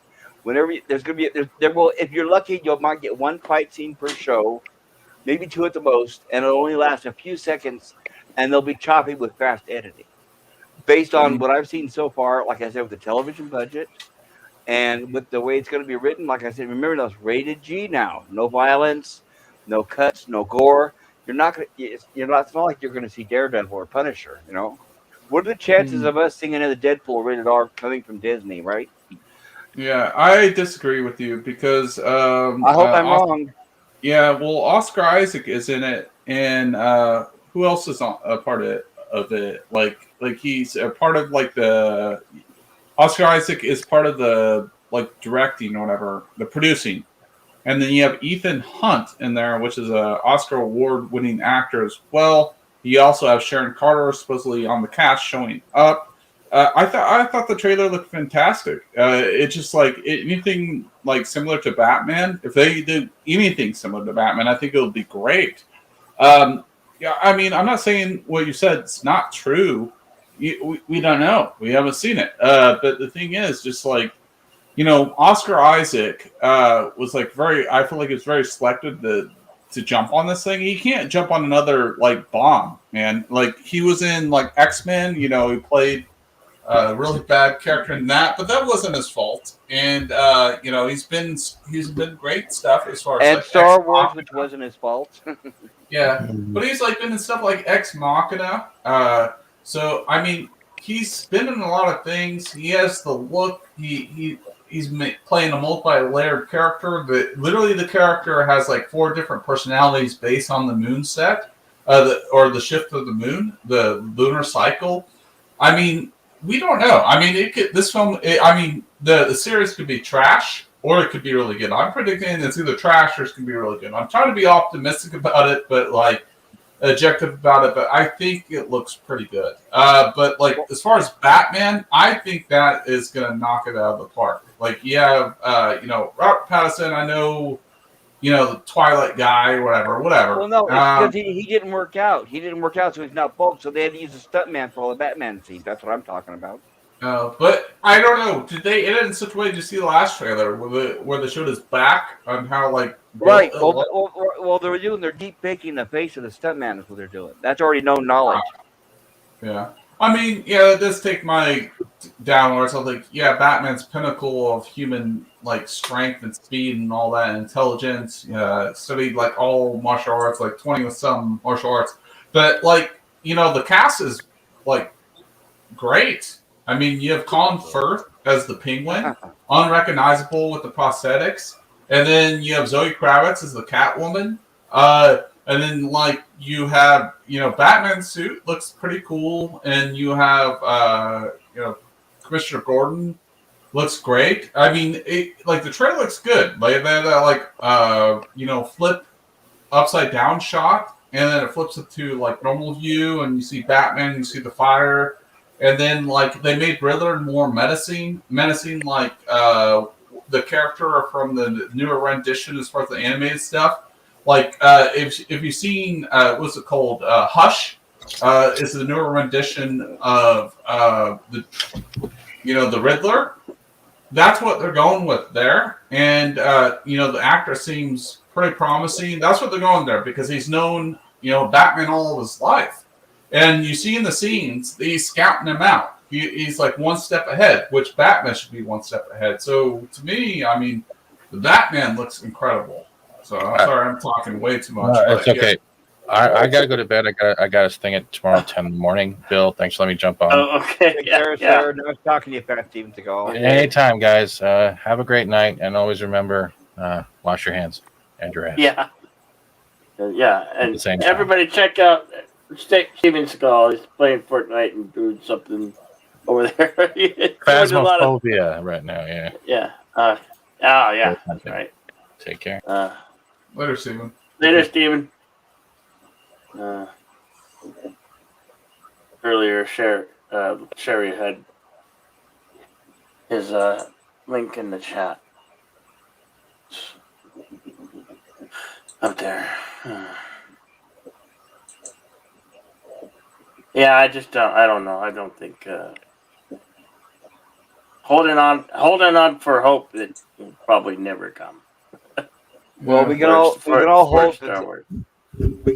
that the supporting cast will save the movie, but when you have the central character, which is highly in doubt, that's why I have my doubts. Mal Moira.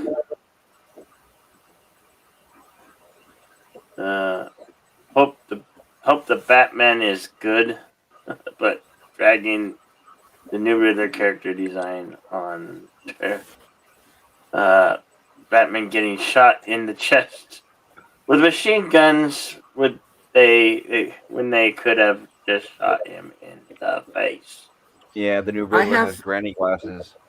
I have something to say when it comes to the second part of that.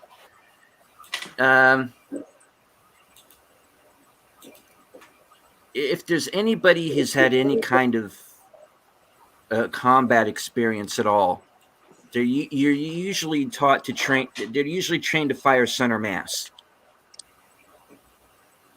You know, Yes, police it's are that. trained for yes. Yeah, Aim for the torso, right?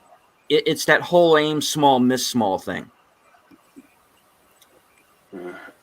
Now, if you're somebody who is sort of in the heat of a battle like that, you're probably not thinking, hey, I can just shoot this guy in the face. You're probably, you're going to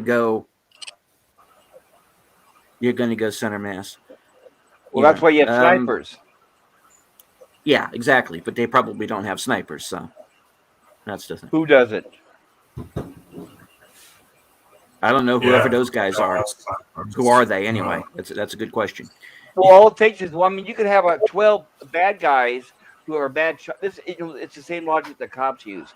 Most of them are hired because they're not hired because they're good shots. They're hired because they're police. That's why they're told to aim for the torso, because most of them are bad shots. So in reality, like me, I'm a gun owner and I'm a very good shot. So in reality, if I was anybody with half a brain, if I was going to put up a fight with anybody, I would have at least 1 or 2 good shots in the room. It doesn't even require a sniper, just somebody who's a good shot to go for the head or the extremities. The fact that everybody are bad shots and they always miss all the time, and they can only go towards. But I'm not going to knock it because it's a comic book. We can't go back to the Batman and Superman in the comic books and have.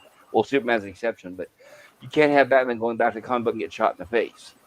But the logic's going to wear out after a while, because all it takes is for someone who knows how to handle a gun, and they could take someone like that and then out in no time. Hey everyone, I gotta go. I gotta eat Crisco.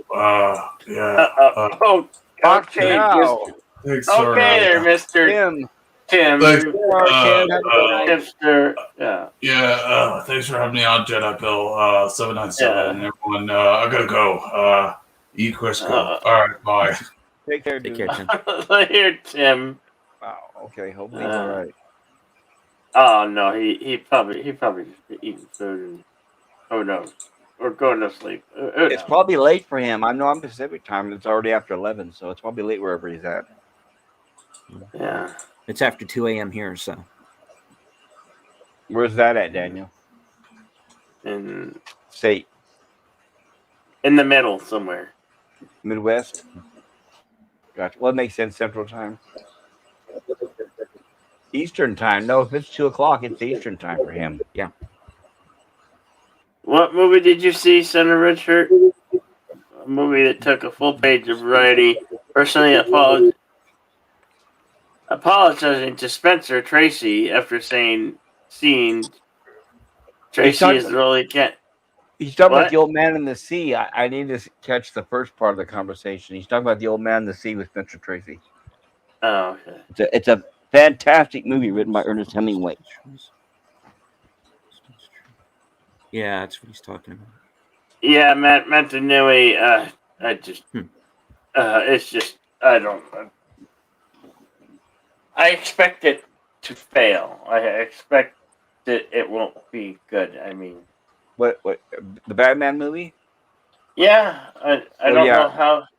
It's not going to, and that's my. I don't know how they're bringing all the.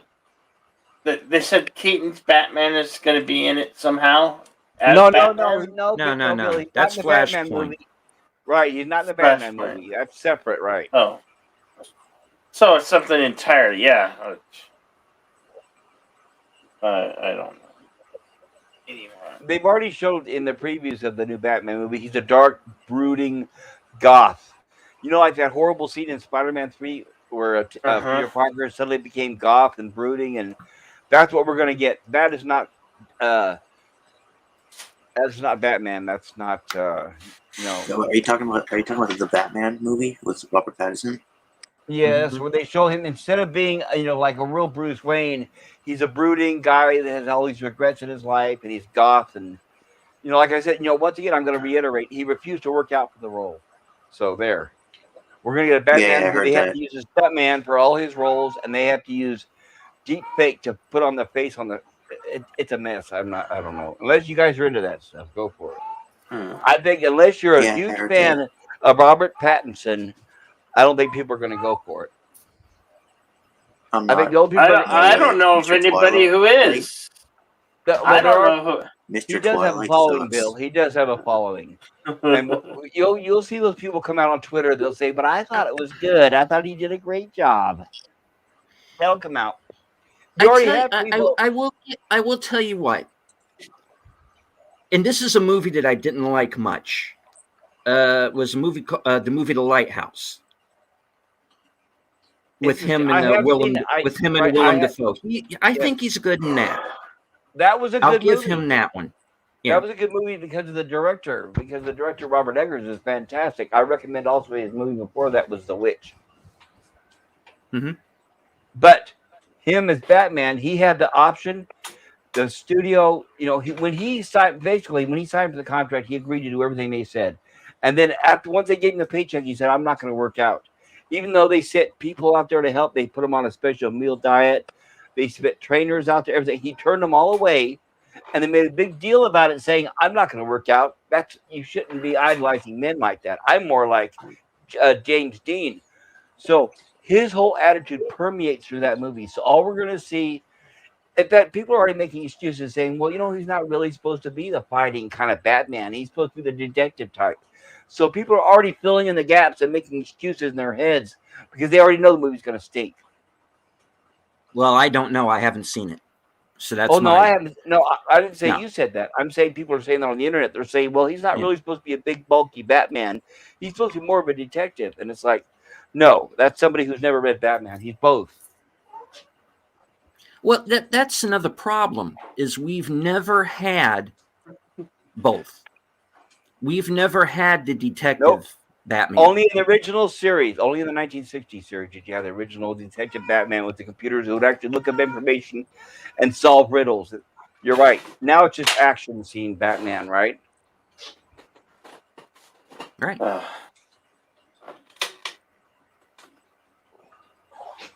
So now we're going to get the opposite. We're going to get non-action scene Batman and a guy who brews and insults all the time. Yeah, but I mean, the point is, this is the same thing with video game movies. They're never accurate. I can sit down, I can watch, say, a Resident Evil movie, for example, and just take it or leave it for what it is, but I know it's not the video game. Well, usually in a movie that's based on a video game, it's just a cash grab. They never spend much time writing a script or, really, fleshing the plot out, right? And so by that same point, we're never going to get a completely comic accurate Batman. I wish we would, but we're never really going to get it. Dark Knight, I love that movie. Is it comic accurate? Hell no. Which one? Dark Knight. Which comic? No, you have to remember, everybody, that these movies aren't made by people who like the characters and like the fans or like the Batman. Sorry, what was that, Major Chelsea? Sorry about. Which comic? Because the comics aren't. Dark Knight Returns is different from, let's say. That's true. Then Frank Miller and even with David Mazzucchelli, Batman Year One, same writer, and they're already very different.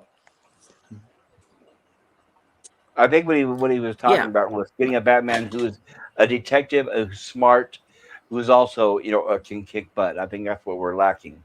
I think that's what he was saying, maybe. Yeah, and also, and that's another point. It says, okay, well, we've had so many different iterations of Batman. Yeah. Well, which Batman do you go by? Do you go by the Batman that was originally created, or do you do Frank Miller's Batman? What if somebody comes out with a different Batman tomorrow? Do we go by that? Well, I think the thing what do we consider canon? Well, I think what happened when Warner Brothers made the Batman with with Christian Bale, what is it? Christopher Nolan Batman. You have to remember each of those movies made like $1 billion. So they have influenced all the Batman since then. They've all been dark, gritty, and all these other things, all based on those three movies. So it's going to be a while before Warner decides to look at it in a new light and say, okay, let's produce a different Batman. Because they think every Batman movie is going to make $1 billion. I think they're going to prove wrong. Matt Newey says, "Yeah, I wonder. It's the trailer that looked good. I've heard I'm refusing to do everything." He did. He kept fighting, refusing. He would not work out. He wouldn't go on a diet. He didn't do anything at all. And he said, But that's just cover it all up in post, is what he said. Yeah. Cover it all up in post. Yeah. I don't know about all that, but, there's an article. Do I have think. you guys... All right, go ahead. But my point is this. Do I think this Batman is going to make $1 billion? No. Do I think everybody's going to like it? No. Will I give it a chance? I'll give it a chance. I'm not saying I'm going to like it. Then who do you think it was made for? What audience? If I'm curious. What audience do I think it was made for? I don't know. I honestly don't. That's where I do agree with you. For what audience was this particular iteration of Batman made for? I don't know. You don't think it was for the Twilight fans? I don't think that there are as many Twilight fans as people seem to think that there is, because I don't know. I know that, right? You and I know that, but we're talking about Twitter. I mean, if you and I were right, if you and I controlled the world, Robert Pattinson wouldn't have an acting job at all, would he? But the fact that he keeps getting hired for these big roles, apparently somebody thinks he has a following, right? Oh, and by the way, he just signed on for another big one. He just signed on for another big movie today. I read about it earlier, but I can't remember what it's called. But yeah, he just signed on for something else too. Yeah, it's going to be an independent science fiction movie directed by the guy who did Parasite. Yeah, I read that. Oh, okay. Too bad. I like Parasite and that director. That's too bad. What's it called? I never heard of a movie called Parasite. All right, Parasite is a South Korean movie that came out a couple of years ago. It's very good. And Bill, you like horror movies, so he also made The Host, which I highly recommend, Bill. The Host, if you can find it. Yeah, I know of it. I just never seen it. Great movie. It's almost like Jaws, but modern age, and it doesn't look fake. And it's got a really good script and a plot. He's a very good director. I still haven't seen The Train to Busan yet either.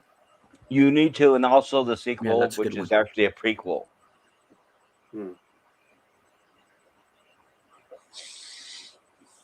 Worth a look, huh?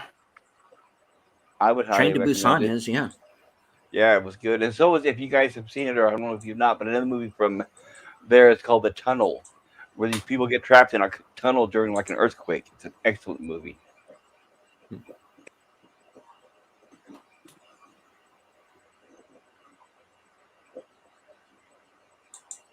I have to look that one up.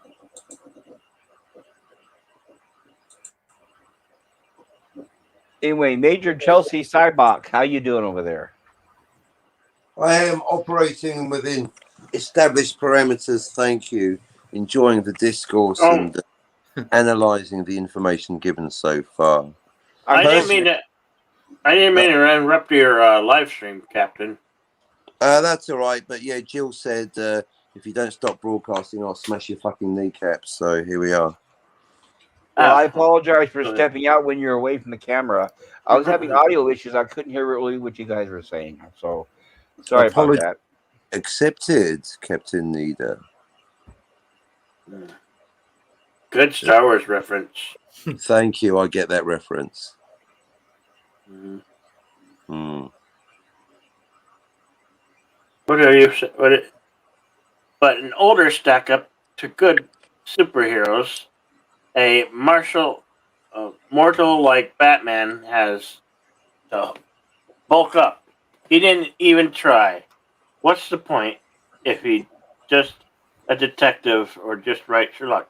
Exactly, Jill. Thank you. No, the point is, Jill, is because he's saying, I'm not going to bulk up. Let the stuntman do that. And just fake the face on later on with the fake computer CGI stuff. Oh, thank you for the paycheck. I'm out of here. And by the way, he also got the co-actress pregnant at the same time. What a loser. Oh. Okay, now no, he didn't, because she would have had the kid by now, because it's been so long since they filmed that movie. Oh, they have to have the kid? Somebody forced her to have a kid? I didn't know they could do that these days. I thought the old A word is not a thing anymore, I guess. Wow. Okay. Well, I'm just saying, just because they didn't announce in the press that she's pregnant doesn't mean it did not happen, because it was actually leaked from several sources. We all know the struggle that went on between the director and Robert Pattinson while shooting the whole movie. That's well known. It's very public knowledge. Like I said, when I was talking about him refusing to work out and claiming he was an actor like James Dean, there's an article in that. Everything I'm referring to was actually published. I'm not making any of this up. You are. You so are. Yeah, I just don't like Robert Pattinson. He has pigeon tits. I'm just kidding. What? Philip, why is Philip Gaming getting angry? I'm sorry, Philip Gaming. He's got an angry face. Well, he has a text or it says Maybe it he's two just legs. doing erotic asphyxiation. He's hanging in a closet somewhere. Citizen Stance corrected me. It was an Empire reference. Well, it was the Star Wars trilogy. That's why I let it. Well, yeah. I find your lack of faith disturbing. Yeah.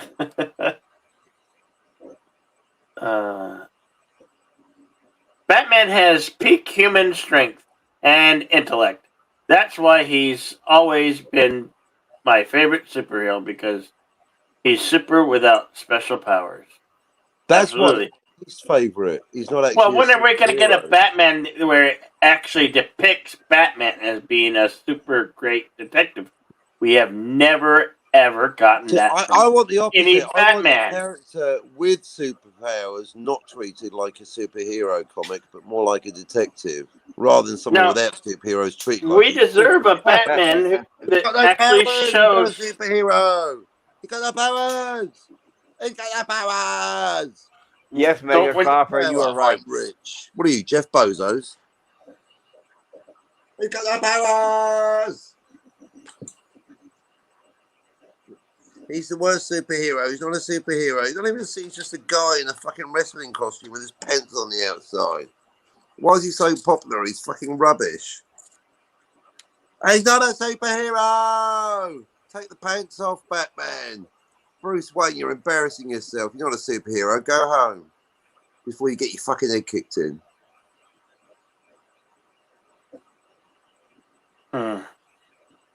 Wow. Wow, yeah. Wow.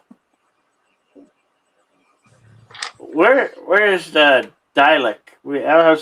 How's our good friend Dalek? Good question. I know he was doing a stream earlier. I don't know what he's doing now.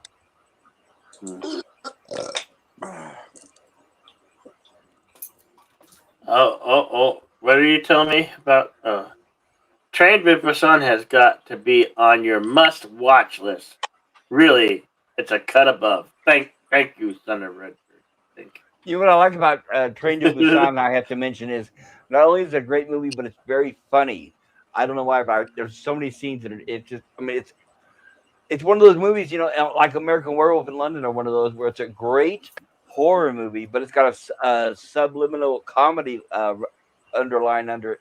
So for double reasons, Bill, you need to check it out. Maybe you do a watch party or something. Now, is there? It's all subtitled, right? There's no dubbed English. That is correct. Is that okay? Okay. No, yeah, that's fine. I almost prefer that, because when they may have a dub version. I don't know, but I always recommend the native language version. Mm-hmm. Mm-hmm.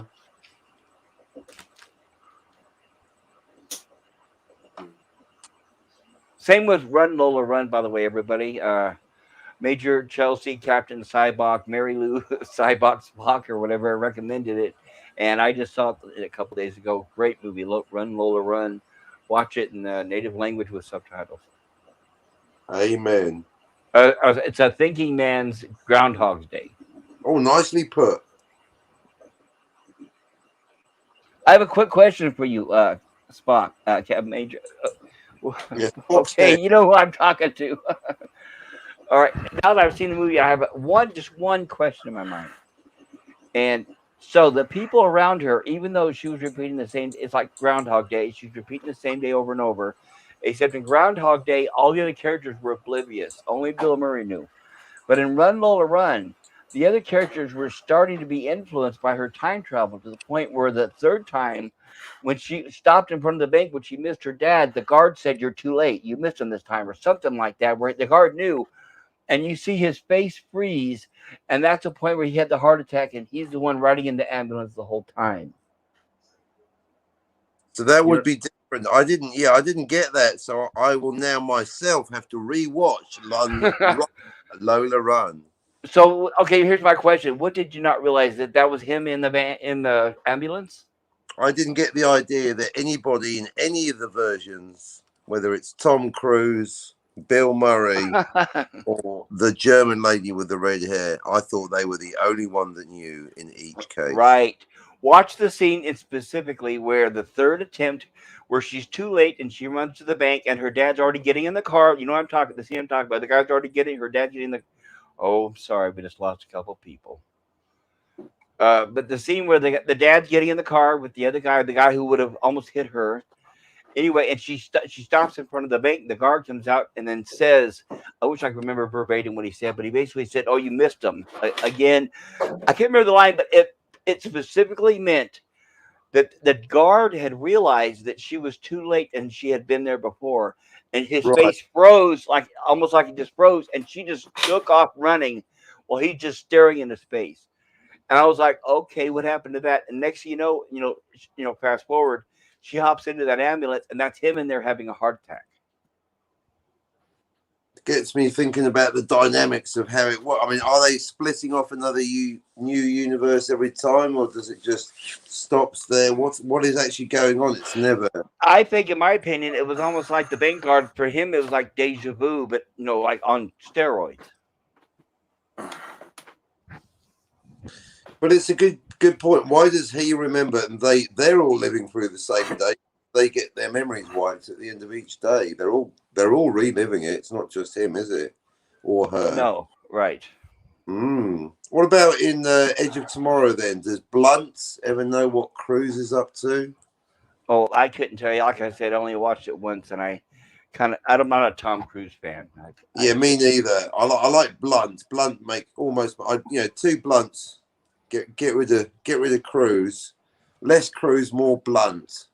Yeah, more Blunt, the higher you are. Yeah.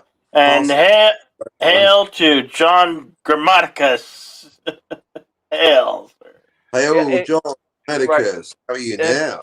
If you're out there, deleted scenes and good night. Daniel's hot topics, scenes. Yeah, we're sorry. We didn't mean to exclude you guys from the conversation. Yeah. Oh, it's getting late. It's getting late, or what are you saying? We're getting late or getting early? I know, but it would have been nice if they said goodbye, so I know that they're okay. Yeah. Sorry, go ahead, Captain. Major. It's 2:30 time. Well, can I promote you? I've been promoted, or indeed I'm of a higher rank than the captain that I'm replacing. Captain is higher than Major, I'm afraid. No, that is incorrect. You'll have to take it up with Cam. Okay. I was in the Air Force. The last I remember, it was Major, and then Captain, then General, but I could be wrong, and then Admiral. But yeah, Admiral maybe. Cam, he told me Major's above the captain. Cam tends to get tipsy a little bit. Maybe I'll tell him that I'm a lieutenant. I'll let you two, but either way, it's in this whatever force we're in, Major is above captain. You mean in the current universe that we're in today, right? Yeah, in my channel, Major outranks captain, and I'm a major. Gotcha, sir. I salute you, sir. Yes. Wait, who's the major pain in the arse? Me. I'm replacing Captain Cockney Spock, and within about 1 week, I think you're all going to be missing him. This is a tougher regime. No joking around now. Tougher regime? Okay.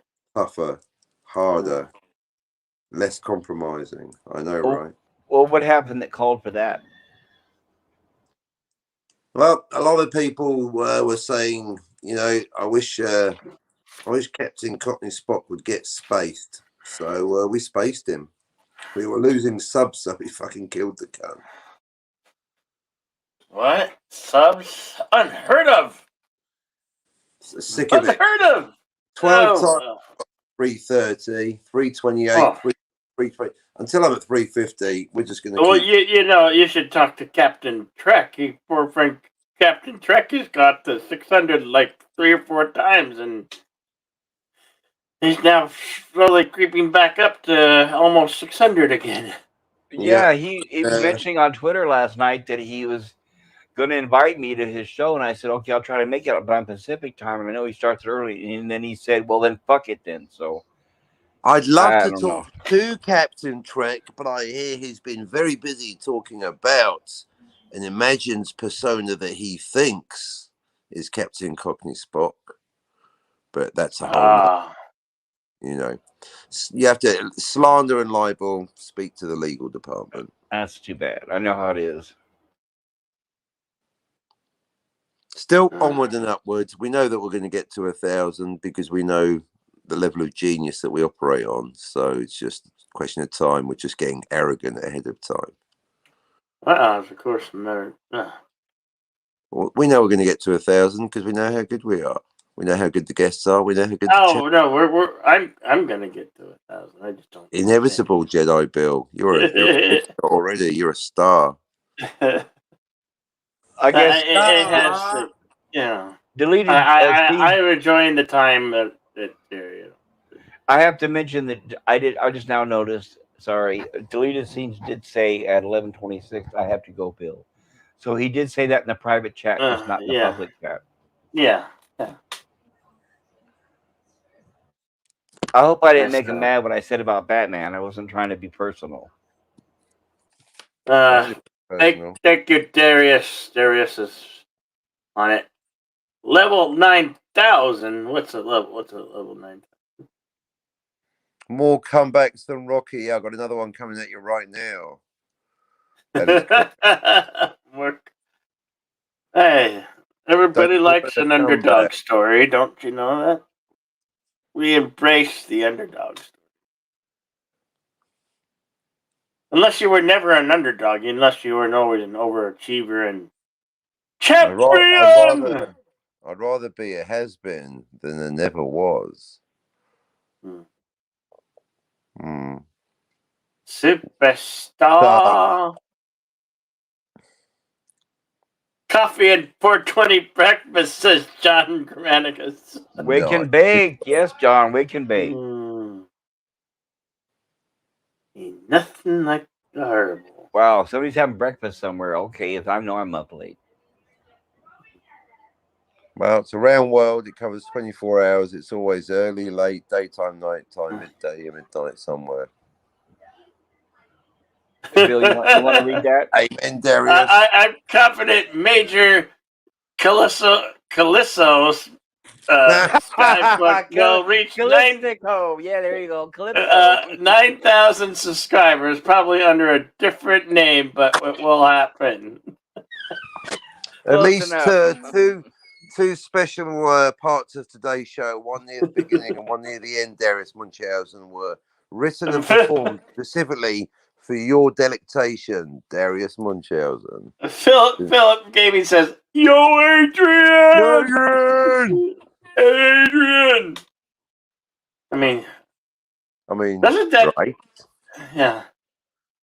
Matter of fact, that's my Greetings from Planet Earth. My first show is going to be about the movies or music that just mostly movies that just make you want to scream, "Yeah, fuck yeah, kick ass!" You know, just that's what it's good. That's what it means. You know. Okay, then here's one straight off the top of my head, so it must be sincere. Pearl Jam, Alive. Yeah. I've got medicine for that. And movie-wise, the very last moments, the last second of The Breakfast Club. The Breakfast Club. When what's his name, Nelson, raises his hand up and Yes, goes, but yeah, yeah, yeah. If you want to annoy your parents, I think as your boyfriend, I would be most excellent in that capacity. Claire.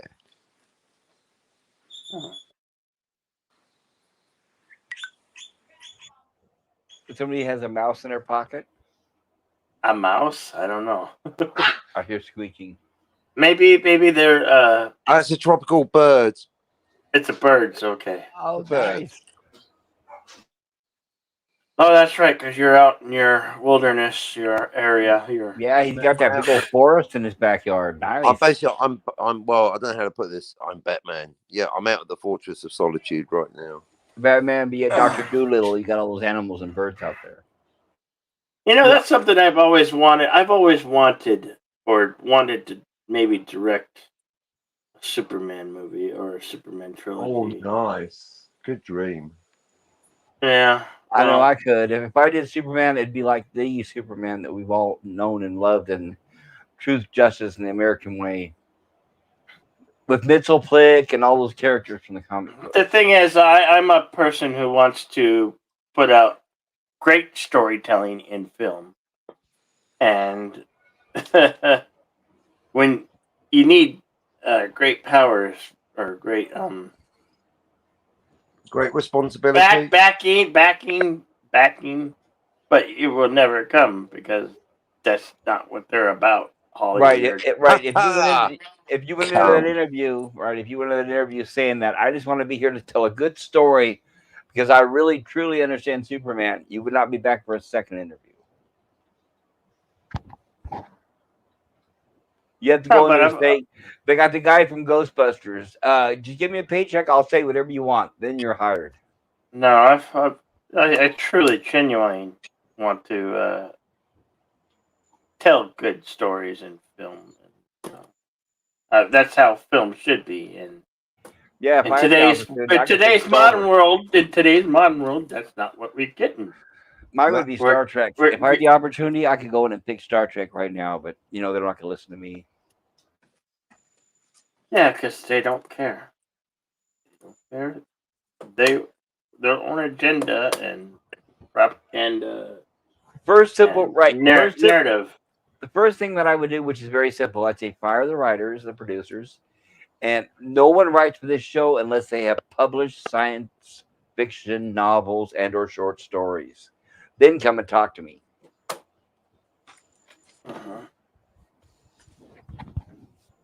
No more hiring the writers from the Gilmore Girls and all that stuff, which is what they have now. Forget about that.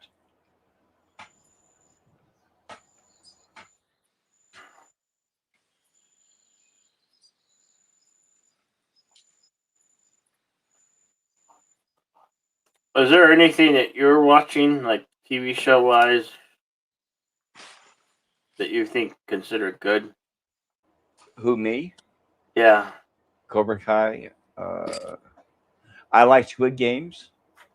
You like Squid Game? Yes, I do like Squid Games. Is it really worth a look? I mean, it is worth the look. It's very refreshing. South Korea, like we were talking about earlier with the host and Train to Busan, South Korea makes some really good stuff. Bill, I highly recommend Squid Games. You will like it. You probably have not heard of Battle Royale, have you? The movie Battle Royale, the Japanese movie. No. Well, to them, what I recommend, but that's a plot where a bunch of high school kids in like 9th and 10th grade, they're all delinquents. They're all like juvenile delinquents. They all have police records, and they've all gotten in trouble. They're all on a bus where they think they're going to a field trip, and then suddenly this guy gets on and gasses them all. This guy has a gas mask. He gasses all of them. And they take into this remote island where they have 2 days to kill each other. And they're all given one bag, a military of one of those green duffel bags full of weapons. all randomly, and they just toss the bag to each one, and they say you have 2 days to kill each other. The last one who survives wins, and it's called Battle Royale. I highly recommend it. First, if you can get a chance, watch that, and then watch Squid Games, because Squid Games and Hunger Games also stole from it. But Battle Royale was the first. Excellent movie. Moonshiners on Discovery is okay, says John Grammaticus. Moonshiners on Discovery. If it's a reality show, it's not my thing, but hey, whatever works for you guys, right? The two shows that I've really enjoyed as of late are, of course, Cobra Kai and every season of Yellowstone. I remember you telling me about Yellowstone, Bill, and I did look it up, but I saw that it stars Kevin Costner. Sorry, I can't do, but thank you. You don't like Kevin Costner. That's an understatement. But I can tell you, I was recommended a new series which I have not. I just obtained it, but I have not seen it yet, and it's supposed to be really funny, and that's called Inside Job. It's a brand new series, apparently, that's very funny. I just got it, but I have not watched it yet, so I'm recommending it. And who knows what you'll think? But there's a recommendation. Is anybody still watching Grey's Anatomy? I don't know if they're still making that show, but I haven't watched. That seems like. Yeah, network television. I haven't watched it since at least the year 2000 or earlier. Yeah. Oh. I cut the cord I think 4 years ago, and I'm happy. But my life has become one subscription service after another. Oh no, tisk Bill. I haven't subscribed to anything in at least 10 years. I have everything I need, and I can still find everything I need, and I don't subscribe to one thing. So that's always something to achieve and strive for. Yeah.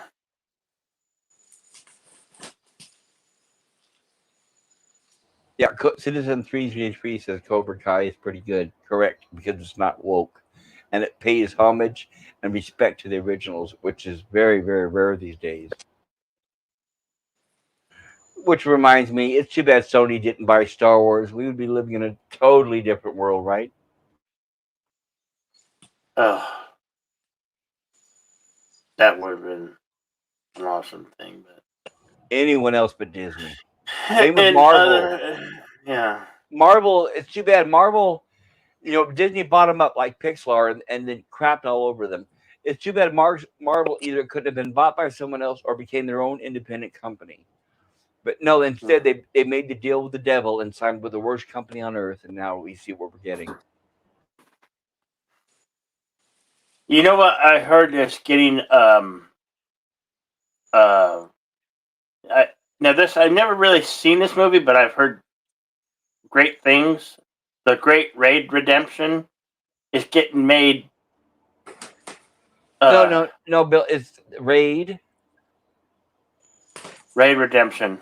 Is it called Raid Redemption? Well, you talking about the guys who are fighting in that big tower building, right? Yeah. Great, fantastic movie, and it also has a sequel. Now, are you getting ready to say there's going to be a remake, an American remake? Yeah. Goodbye. Thank you.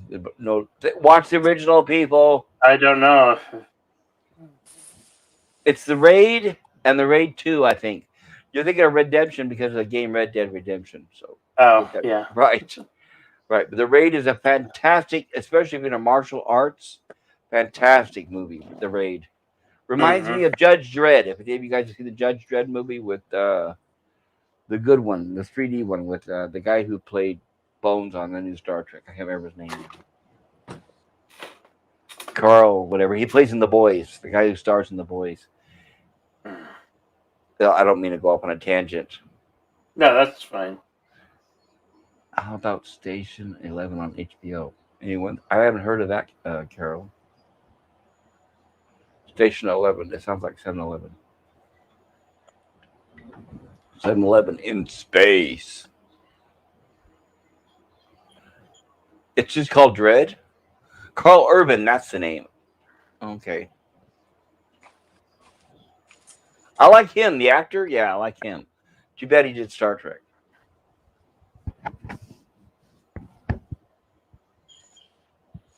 Hollywood remake of Train to Busan as well. Oh no. Oh no.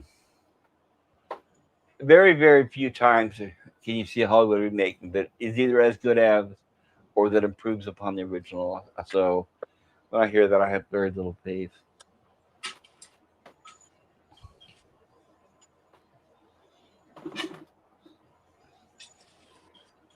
Station 11, the survivors of a devastating flu attempt to rebuild and reimagine the world anew while holding on to the best of what's been lost. That sounds interesting, Carol, as long as it's not a bunch of characters talking in corridors. You know, if they can keep the script entertaining without showing that they're just trying to stretch out the plot, I'll give it a chance. I'm tired of the soap opera plots with subplots and subplots upon subplots with people talking in corridors.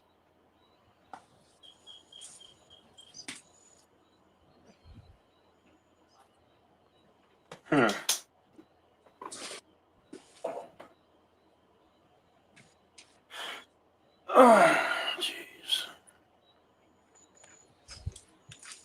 Station 11. That's one. That's what I was just responding to. Okay. I mean, it sounds good, hopefully, right? But with the current state of things in Hollywood, yeah. Forgive me if I don't have a positive outlook on what they're producing. Edge of Time, is that the new? Wait, what's that new one with the guy who played Thor? That time travel movie on Netflix that came out last year. Do you guys know what I'm talking about? Cockney Spock does. He mentioned it. It's the guy who played Thor, Chris Hemsworth, where these people come from the future because they're here to save the. Never mind. I haven't seen it, but I know there is a time travel. Tomorrow War. That's it. Oh yeah, that was a movie. Stink.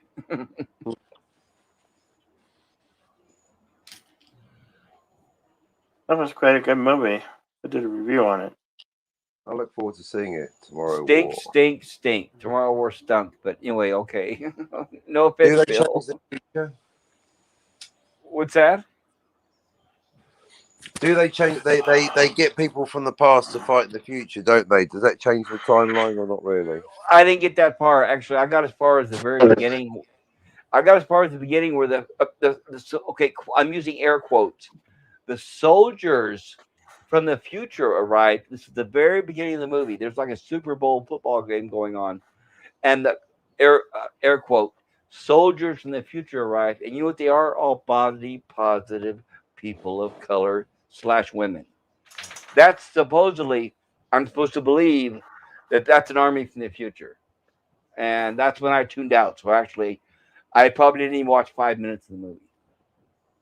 The signal, the social justice signal was so strong with that one, I wasn't even going to watch the rest of the movie.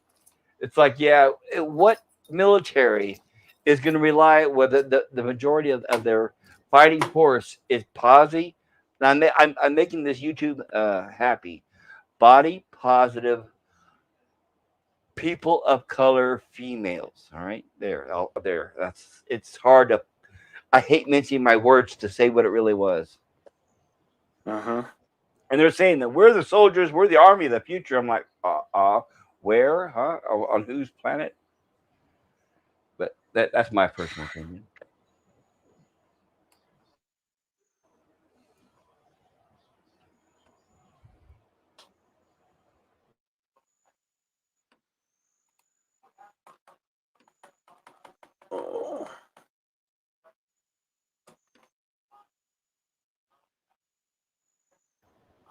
So, pop culture, son of a red shirt says, pop culture curator. Come on, brother. It wasn't that bad. Wasn't great, but it wasn't that bad. Both did have some interesting ideas. I'm confused by that statement, but I understand. It's well felt, brother.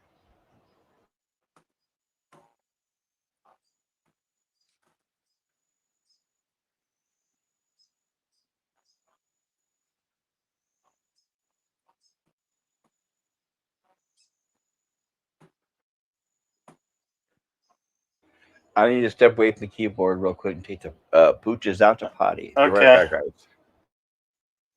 All right. All righty then.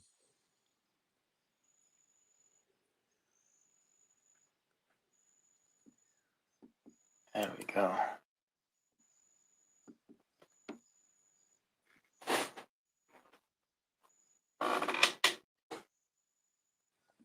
I sure could use a bit more cowbell. Cowbell. Yeah.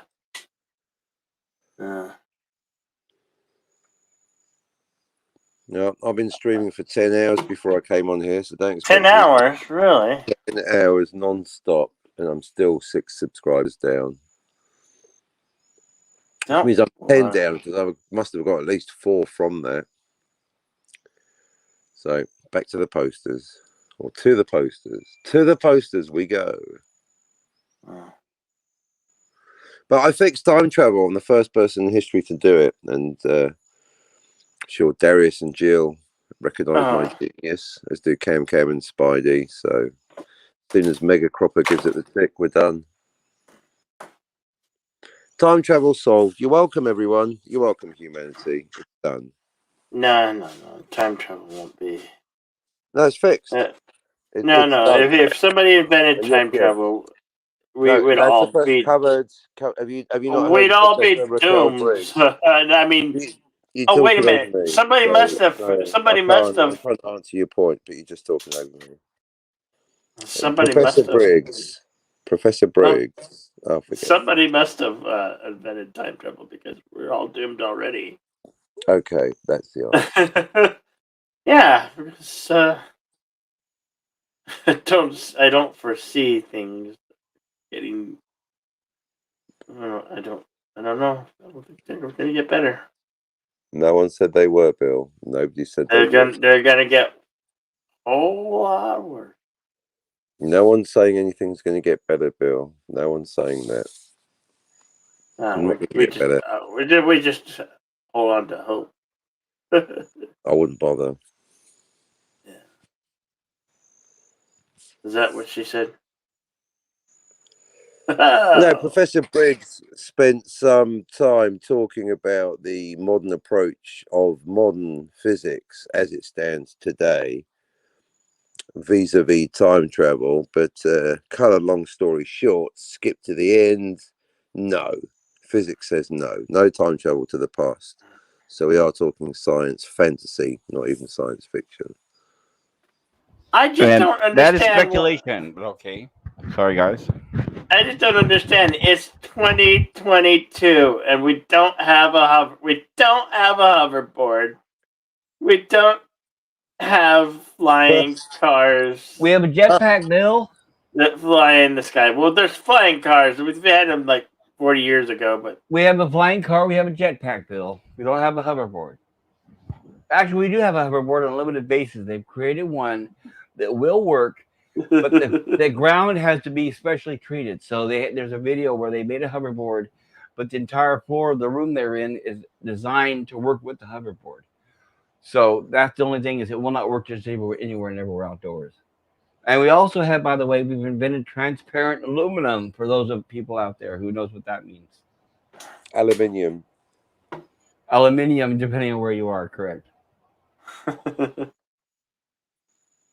Yeah. Where are the freaking hoverboards? and not. I mean, the actual hover, not on wheels on the ground. We have hover rounds.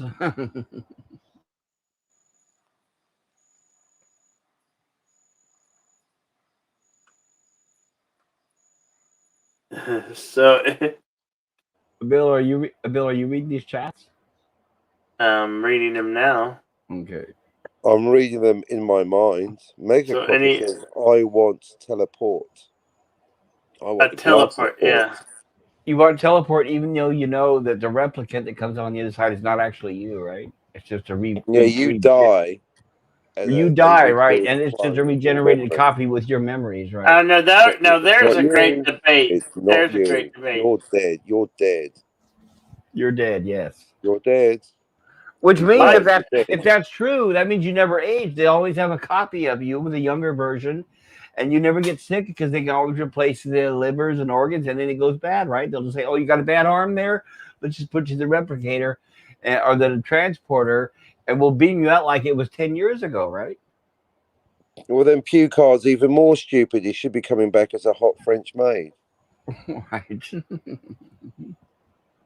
Makes sense. But, it only makes sense if they invent transport technology. That means it has to store the memory and the information of who you are before it transports it over, which means that's always going to be stored in a buffer or on a hard drive or whatever the future will be.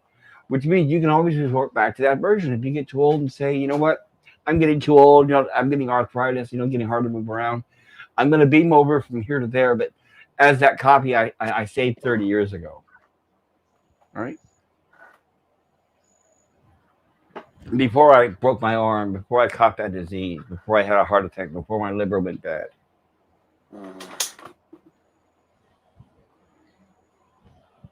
And that way I'll go back, I'll have a body of a 20-year-old, but the mind of what I am now.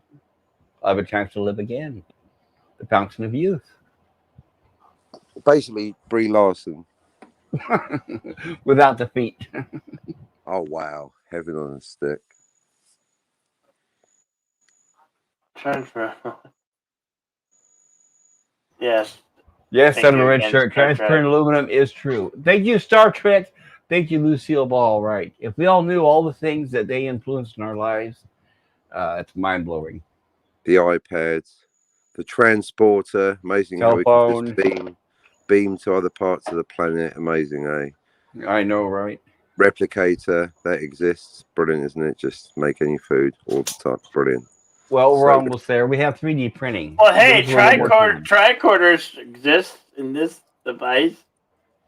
Oh no, Bill! Right? A tricorder can a tricorder. Excuse me. A can detect, tricorder. right, it can detect the environment around right. you and also the air and temperature, which that cannot do yet. But they are working on tricorder. Well, this is as much a tricorder as anything. Bill, but Bill, what you have is a communicator. You have a communicator. But a tricorder, they are working on. In fact, they are offering a reward for the first company that comes out with an operating tricorder. Tricorder meaning 3 sensors, and they are working on it. Bill, 3 sensors, Bill, and they are working on it. They've made advancements. Sorry, Bill, I didn't mean to deflate your bubble. No, but you have a communicator. Okay. But Bill, you're not wrong. That what you have is a communicator, which is based on Star Trek, which was influenced by Star Trek. I know, and remember the flip phones, all the flip phones. All the flip phones. I had a Motorola flip phone, and I refused to get rid of it due to nostalgia until I realized that smartphones were much better. Nina has a flip phone. She will not get one of these long, gaudy computer devices things.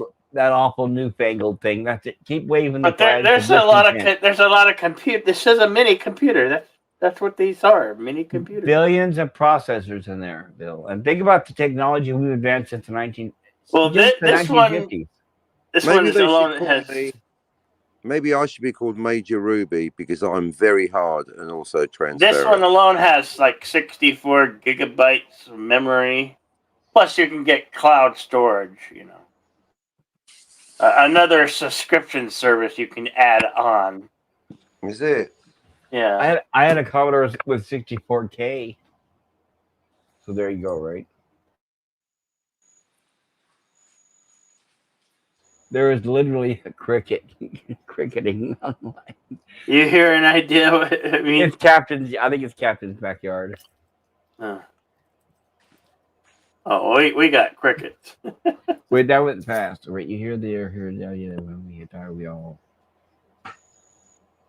Son of a red shirt. Yes, I have heard where we lose 28 grams of body weight when we die. And not only that, if you believe it or choose not to believe it, or either way, there are videos on YouTube supposedly where it shows images of certain things leaving people's bodies as they're passing away, like in the hospital. Yeah. So it's not proven to be false. I'll put it that way. I am a person that is very susceptible to paranormal, otherworldly things. Before I didn't believe anything until I saw a UFO with my own eyes, and that changed everything. So now I'm open to all possibilities. I'll put it that way, as long as it's not too crazy.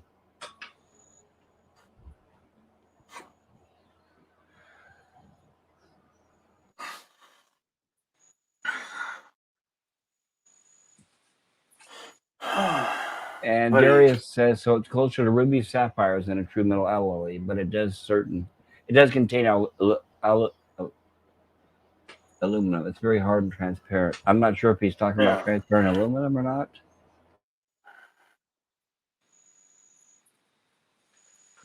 It is transparent and very hard, correct. And light. Did you guys know that we have smart windows with smart glass? Which means it looks like a clear glass window. You can push a button or there's a remote where the glass itself will tint and or darken, where you don't need shades or blinds anymore. You guys know that, right?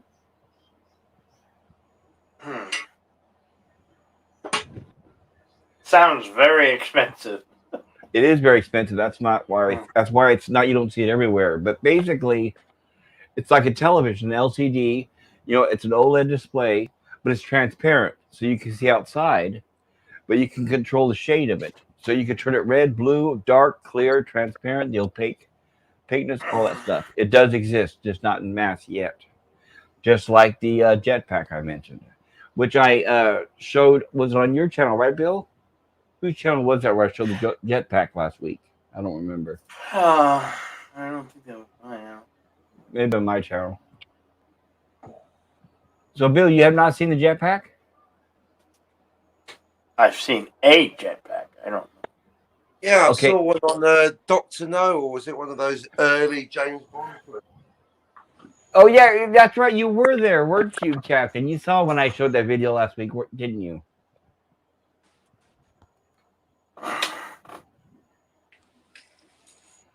Touch tint responsive sunglasses.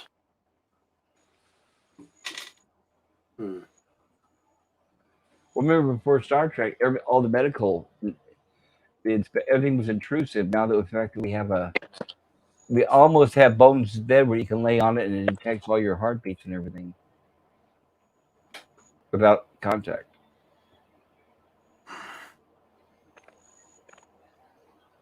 All right. Bill, can you hear me? Yeah. Can I share a video? Yeah. All right. I'll bring it on, and I need you to biggen it or whatever, enlarge it. Yeah. People I know. I know. All right. Here we go. Give me a second. I need to. My computer's a little slow at this point. And here we go. All right. This is what I want everyone to see right here. This is what we currently have, but not in our backyard.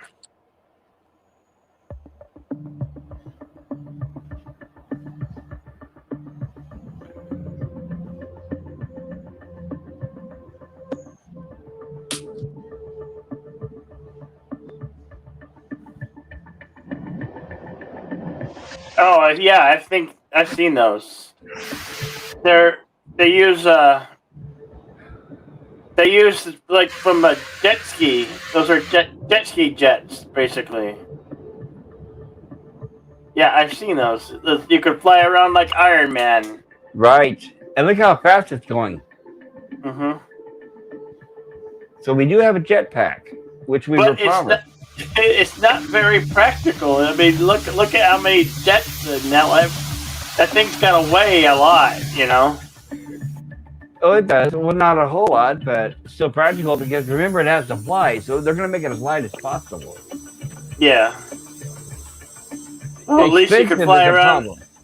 At least you can fly around and pretend you're Iron Man for a little while, right? Yeah. I've actually seen that. But not that particular video, but I have seen that. Oh, that is cool, huh? Yeah. So that shows that it is possible. It's just that don't expect to find that on Walmart shelf tomorrow, right? No. No. Yeah.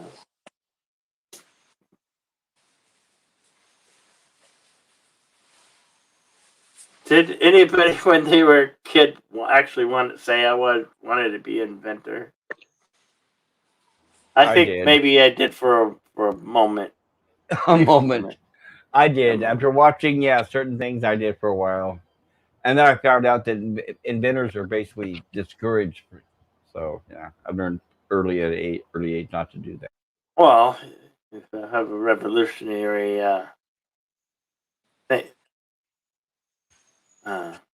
invention, it had multiple application uses. Well, for decades, they used to actually air public service announcements in the United States on all the channels where it was advertising for inventors that said if you had an idea, send them in. So, that's I would never trust that. I would never trust an invention. If I invented something, I would never trust it. Send it in. You come to me, I make sure my invention stays mine.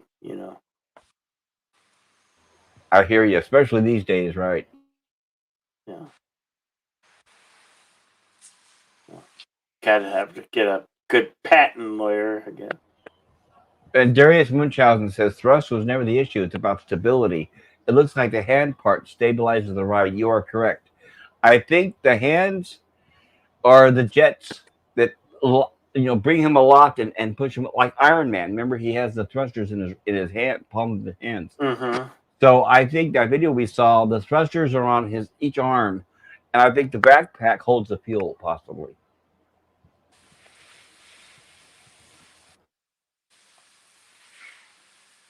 I still like that old movie. And Citizen 333, I have to highlight this. Sorry, Bill. I have to highlight this because this is so true, Citizen 333. If this is what they'll show the public, imagine what they have that they don't show. That is, every time I bring that up, nobody believes me. But I tell everybody, if we're seeing this publicly, then that means what's really going on is probably light years and years beyond what's actually being funded and what's really out there, including our ships that we have. We have ships that, don't take my word for this, but there's actually, according to reports and documented evidence, we've had ships that can skip light years since 1958. All right.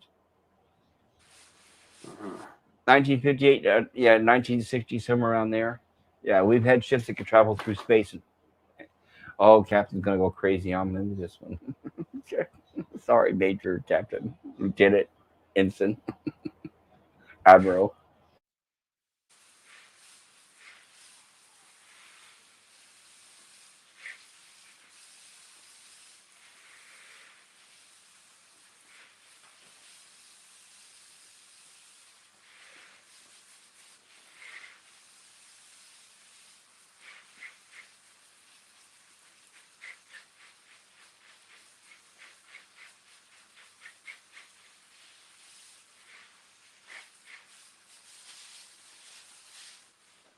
Is somebody in the shower? Yeah, I think Major Chelsea Cybok might be taking a shower. So how are you doing, Bill? What's up with you? I guess I'm on my own for this one, huh? It's actually shower time. Well, hopefully it's not Jedi Bill and Major Cybok, right?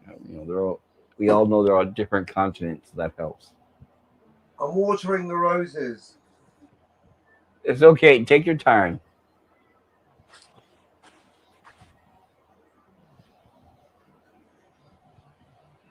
Citizen 333, by the way, and Philip Gaming, if you guys like these topics I'm talking about, I'm in the process of creating my channel where these are the things I want to talk about. I want to talk about all the black budget things the government have had, the evidence. I want to show the articles and videos that I have found. I don't want to just. Can you hear me? I lost my audio for him.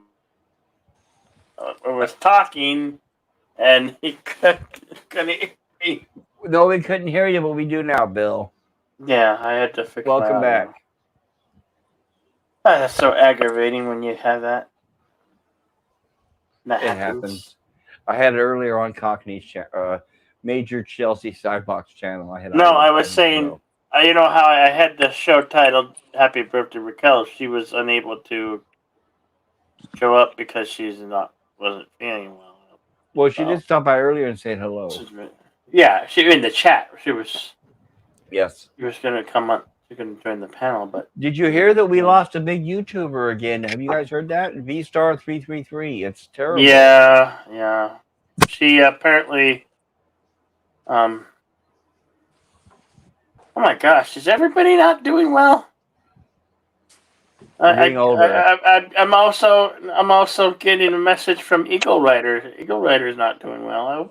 I'll get well. Eagle Rider. Man, it's like January or mid-January. I don't know if you could call it mid because we're at day 20, and so that there's only there's only 11. There's only 11 more days left in the month. Yes, which means I need to really get to work and hustle. Darius Munchausen says, "Does anybody else have his link? I'm having trouble searching on my phone." I think he means maybe me. I don't want to be arrogant, but I think I'll post my link. Well, Eagle Rider, if you're out there listening, I hope you get well. What about Philip Gaming? Philip Gaming? I hope he's doing well too. I hope you're doing well, Phil. I think he's kind of asking for a link. A link? Yeah, the link was pinned, but I understand it drops off, I guess. Come on, Philip Gaming. Yeah, sorry, Citizen, not washing dishes. I was watering the rose I just planted today. No, she was, and she. It's just she died. She died in 2021. She apparently died of a loss of kidney failure. It's very, very sad, and especially to hear the news in January when it happened. Yeah. In mid-November. Yeah, it always happens when everyone's asking, where is she? She was a friend. She was a friend of Jedi Build Channel. She was a friend. I hosted her in 2020. I hosted her birthday on my channel. That means she made it to 59.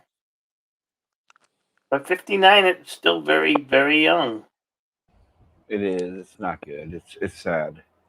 Yeah. We're a small community. You know, it always hurts when we lose one of us.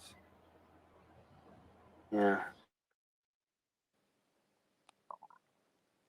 And considering my extreme advanced age, I'm sure I'll probably be one of the next ones. Oh. Try to take care of yourself as much as you can, people. I do the best I can. Right? I know it's a grim world, but now it's a grim, harsh world out there. But damn, you know, as far as I know, we only have one go at it, and that's it. That's it. As far as I know, you only have one go, one shot. It is. I swear, as God is my witness, I don't care how I die, as long as it's not, by burning, stabbing, or drowning. I will not die from the virus. I guarantee you guys. When I die, you will not hear it from the virus. If you hear it all, for me, it'll be a heart attack or something like that. Hello, it's Jozo. Hail. Hey, Fizz. How you doing? Doing all right. Absolutely, son of red shirt. Glad to hear, Philip Gaming, you're not dead yet. That's always a good thing, right? Well, here's the thing. If I want to believe in reincarnation, but if I were to come back, I wouldn't want to come back into the future. I'd want to come back in the 80s. I'd come back again in the 70s and 80s. I can't live in the future. I'd rather live in the past. Oh, that's fine, Bill. Just promise me if you go back to the 80s, I want to see with the 80s hair, okay? I want to see the big 80s hair, right? Yeah. Pop culture curator, according to Son of a Red Shirt, you're going to live us all. I guarantee you, you just got that youthful countenance. When I was 15, I wanted to become a lead singer of a hair band. I really did.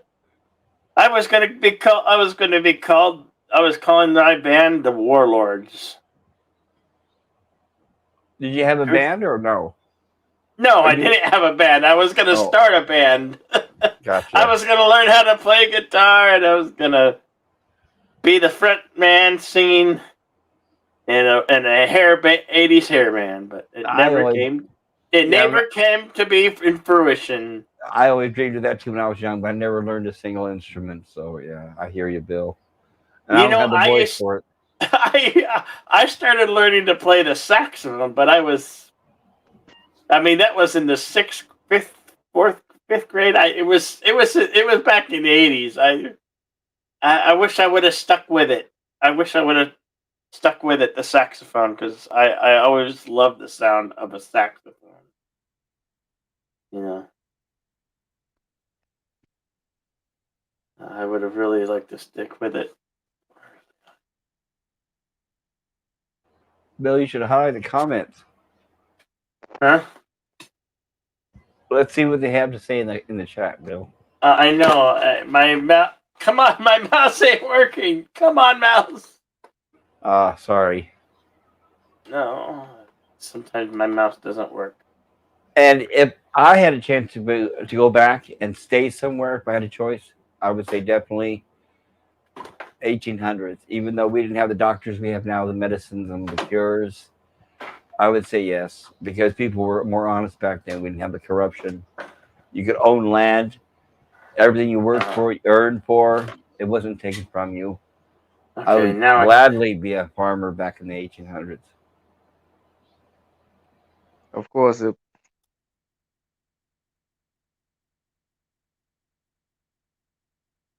What was that? Never mind. How are you doing, Fizz? What's on your mind? Not much exactly. You don't have much to do. You what? Not much exactly. You don't have much to do. I realize ahead of time I won't be able to finish the CGI trailer in time because of my hardware. Are you still getting homeschooled, man? What? Talk to me? Did you say you were getting homeschooled? I really what you once said. No. I was getting homeschooled. That's how I grew up. Was my You what? not I was doing homeschool. Was years ago. Oh, did you graduate? Did you make it through, or what?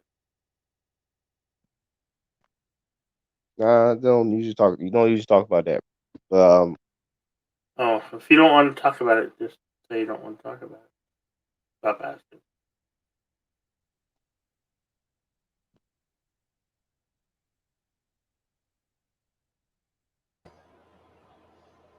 Okay, so let's try to keep some sound going. How many of you guys that are here on the panel are interested in future Disney Plus, Marvel, and Star Wars shows? The only show I'm interested in that piqued my interest is Moon Knight. That's it. What do you think looks good about it?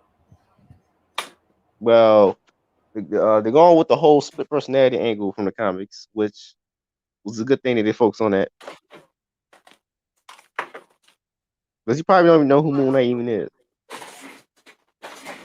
Who? Who doesn't know? Moon Knight. Who doesn't know? I'll talk about everybody here on panel. I knew he was.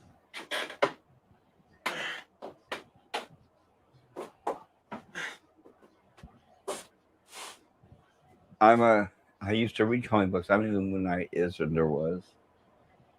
Okay. He basically got 3 different voices besides his head. I don't know. My only opinion is, I just don't think they're going to stay true to the character. That's all I was going to say. No, I think the trailer they just advertise split personalities, which makes sense because that's how he is in the comic. That's his main thing. Well, as long as you don't mind with their G rating, it'll be fine, right? Oh yeah, you can't show him kill people. Yeah. And a television budget. Well, the TV budget don't mean nothing for Moon Knight because he's a street level character, so it doesn't matter now in his case. No, I'm talking about CGI bad guys. You won't be able to see a lot of them if it's a TV budget. Is all I meant. Yeah. For Moon Knight, like I said, it doesn't matter. All his villains, most of his villains are human. Well, we can hope that it'll be exciting with that G rating, right? I mean, he's got no powers. No, I didn't mean That's that. I right. just mean with the G rating, there's no violence. There's not a lot of no brutality, no blood, no bruises, no cuts. Exactly. It's Disney Plus. We're watching Disney Plus. It might as well be The Lion King. Yeah, no, that's the only thing. You don't play sanitized, but it doesn't matter. It doesn't matter in that regard. Brutality is not a major aspect of his character. It's not like the Punisher. Well, that I don't mean I'm not centering on just the word brutality. I'm just talking about the message that Disney's been putting across on all their other shows. Will this be an exception? Will they not be trying to put the social justice, virtue signaling message for this one show, even though they did all their others? I don't know. I don't know how. It's a white guy. Well, so was Boba Fett, or I don't know about Boba Fett, but what do you call it? Loki. I'm sorry, I don't watch the garbage. But even if they use a white man, they're going to make him weak. I like the way you say it, Loki. Right, because they've ruined the character. I used to read the comic books with Loki too, but they have these days they have a habit of making you just hate everything you've ever learned. Sorry, Captain. Major. Cock the hammer. Cock the hammer. It's time for Thor action. Lift the hammer. Click, click goes the hammer. Yeah. Loki. But was it Loki? Which Loki? Loki the alligator? Loki the original Loki? Female Loki? Frog Loki? Crocodile Loki? Yeah, I didn't bother watching that show. That's my point with the new Moonlight. I'm not going to bother watching it because I base it judged by what I've seen so far. So I don't know. There are no strong female characters shown in the trailer, so I don't know. I mean, he doesn't have them in the comics. He just has a typical girlfriend character, and that's it. So how are you gonna emasculate Moon Knight? That's gonna be difficult. Not for Disney. They've done it with every other character they've had, right? It's easy for them. Look at what they did to the Hulk and Thor. Not only did they emasculate him, but they turned him into jokes. Yeah, Thor became a fat alcoholic, and Hulk became a soy Hulk. A soy Hulk beta cuck, right? Who was afraid? I want to point out who was afraid to even fight. Remember that? He's even afraid to fight now. He's a total coward, even. Yeah, they want to make sure to really give him in the nuts on Hulk. Really kick him in the nuts with that character, didn't they? Yeah. We just lost She-Hulk TV show might be good. I don't know. I ain't seen the trailer yet. They ain't released the trailer for She-Hulk yet. Hey, Adela. Now, let's just hope she breaks the fourth wall and makes jokes like in the comic. Let's just hope. Yes, Major. Welcome back. Sorry. Because usually they just make a female version of Hulk, but no, she's not a female version of Hulk in the comics. Like she has Hulk's powers, but it has entirely different personality. So, well, from what they're saying already in the new She-Hulk is she is not going to be like in the comic book. She's going to be more, let's just say, not eye appealing. And the guy who played Hulk in the movies, what's his name? Mark Ruffalo. He's going to be in it to pass. It's going to be another Hawkeye. He's in it to guide her and pass the torch to her, but he's not going to be playing the Hulk. They will not show him transfer. Remember now, according to the MCU, the last time we saw him, he stuck as the Beta Cuck. But they're going to explain that somehow in the She-Hulk, he's back to being only Bruce Banner. He doesn't turn into the Hulk anymore. He's just here to guide She-Hulk to show that she's a new girl. That's what they've already announced that. For some reason. Yeah, Matt Murdock's going to be in it for some reason. If you care, then yeah, sure, that's great. But I don't. That's my opinion, though. You are allowed for your own. I appreciate that. I'm not like I said. Like I said, if the trailer shows She-Hulk acting like a man, then I don't know, I'm not interested. But if she acts like a silly like how she usually does, then I probably will watch it. Watch the first episode. Okay, you see the She-Hulk comic books, right? Have you seen them? I've read them. What kind? What She-Hulk. She-Hulk. Yeah, She-Hulk. You know what her personality is in the comics. No, I'm saying, have you ever read the She-Hulk comics?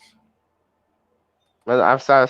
I know how the character is in the comics because I read comics with her, but I never read her solo books. Then you should get the gist of what I'm saying. All I'm saying is that she was a female version of the Hulk, yes, but she was still feminine and attractive, right? It's not just that. You know what? I know her physical appearance already. That's not sorry, Bill. Go ahead, Bill. I just want to say good night, Citizen 333. Thank you for hanging out with us tonight. I know her physical appearance already. It's not the point. Get some rest well, my friend. Yeah. Thank you, Citizen 333. Sorry, didn't mean to ignore you, dude. Yeah, and that's not the point. The point is her personality of She-Hulk. What's the person that's about on the inside? If they're going to keep that the same, or are they going to change that? Because She-Hulk's kind of just like Deadpool in terms of how she behaves, essentially. She's going to be a feminist now. Is that a way to answer your question? She'll be a feminist, which she's not in the comic books. Yeah, in the comic books, she's just like Deadpool, essentially. Right, but the new She-Hulk in the show, she's going to be a feminist, social justice warrior. Oh. I don't know yet. I ain't seen the trailer. Well, I'm just going by what Disney has announced. So she's not going to be She-Hulk at all then. Oh, I don't know. We don't know until we see it. But I'm just telling you what Disney has announced. I don't speculate. I'll let you guys know when I'm speculating. I'm only going by what has already been published and announced. What's the matter, Bill? You don't look happy. No. I just feel bad. All the ladies. Raquel's not feeling well. Adela's not feeling well. Eagle Rider's not feeling well. Adela's here. I'm sorry, Adela, if you're here. Yeah, Adela. She said she's not feeling well either. It's like, damn. Everybody's sick. Everybody's sick. I want everybody to be okay. Ladies, is this something that we're saying? I feel bad. Is this something that we're saying that they all feel bad? I don't want them to. No, I don't know. I just think it's going around. Winter flu. I guess I'll count my blessings. I've been lucky. Maybe it's because cold. I don't know. But I just hope everybody gets better and healthy. I agree. I wish everyone the best. Cuddle up, bundle up, get warm, and have some chicken soup. Yeah. Earlier tonight, Nina and I delivered a big blanket to one of her friends because she needed a big blanket. She was, Very nice of you, Bill. Very cool. Yeah.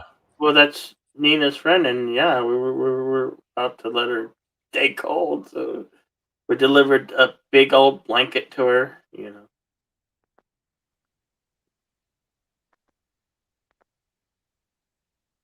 As it drops.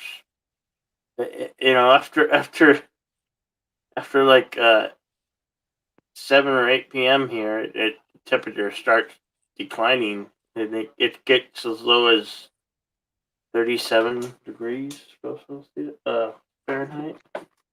Don't know what it is now, but it has been cold, and we've been getting a lot of rain as of lately.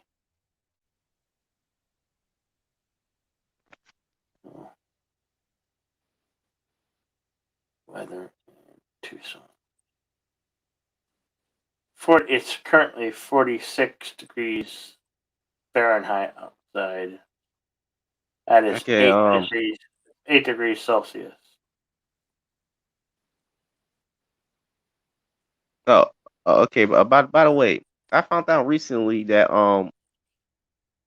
Bruce Timm originally pitched Freakazoid because he was inspired by the Creeper to make some kind of a maniacal superhero that terrorizes criminals. But Steven Spielberg didn't like that, so he kicked him off his own project, and then had the writers board come up with some kind of gag show. But I didn't know that.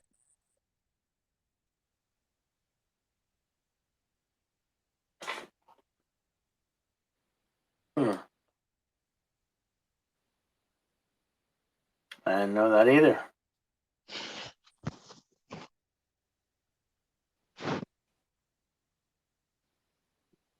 Poor son of a red shirt. I hear you, brother. The autocorrect. Oh my God. Yes.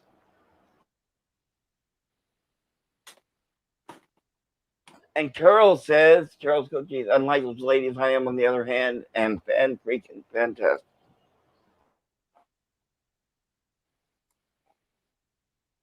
So glad you're here, Carol, and glad you're feeling well. Amen. I hope you're well, Carol. Other than tired, you need some sleep. if you're okay, so I'm guessing studies. I'm still the only person here on the panel or in the chat or everywhere on the planet Earth who has seen Being the Ricardos, right? I mean, nobody else here is. I still haven't watched. That's okay. I'm not asking you when, Bill. I'm just asking you. I'll be going, by the way. Thanks. Okay.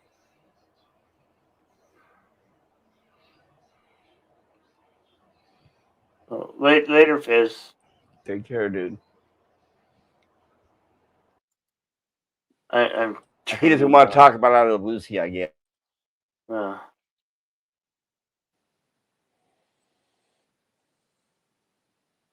You got a whole 2 hours in the past 3 days. You're golden. Power nap.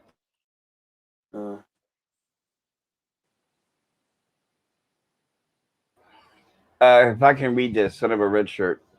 At Pop Culture Curator, it's on my watch list, brother. I'm certainly interested. Can we get an early spoiler-free review? Absolutely.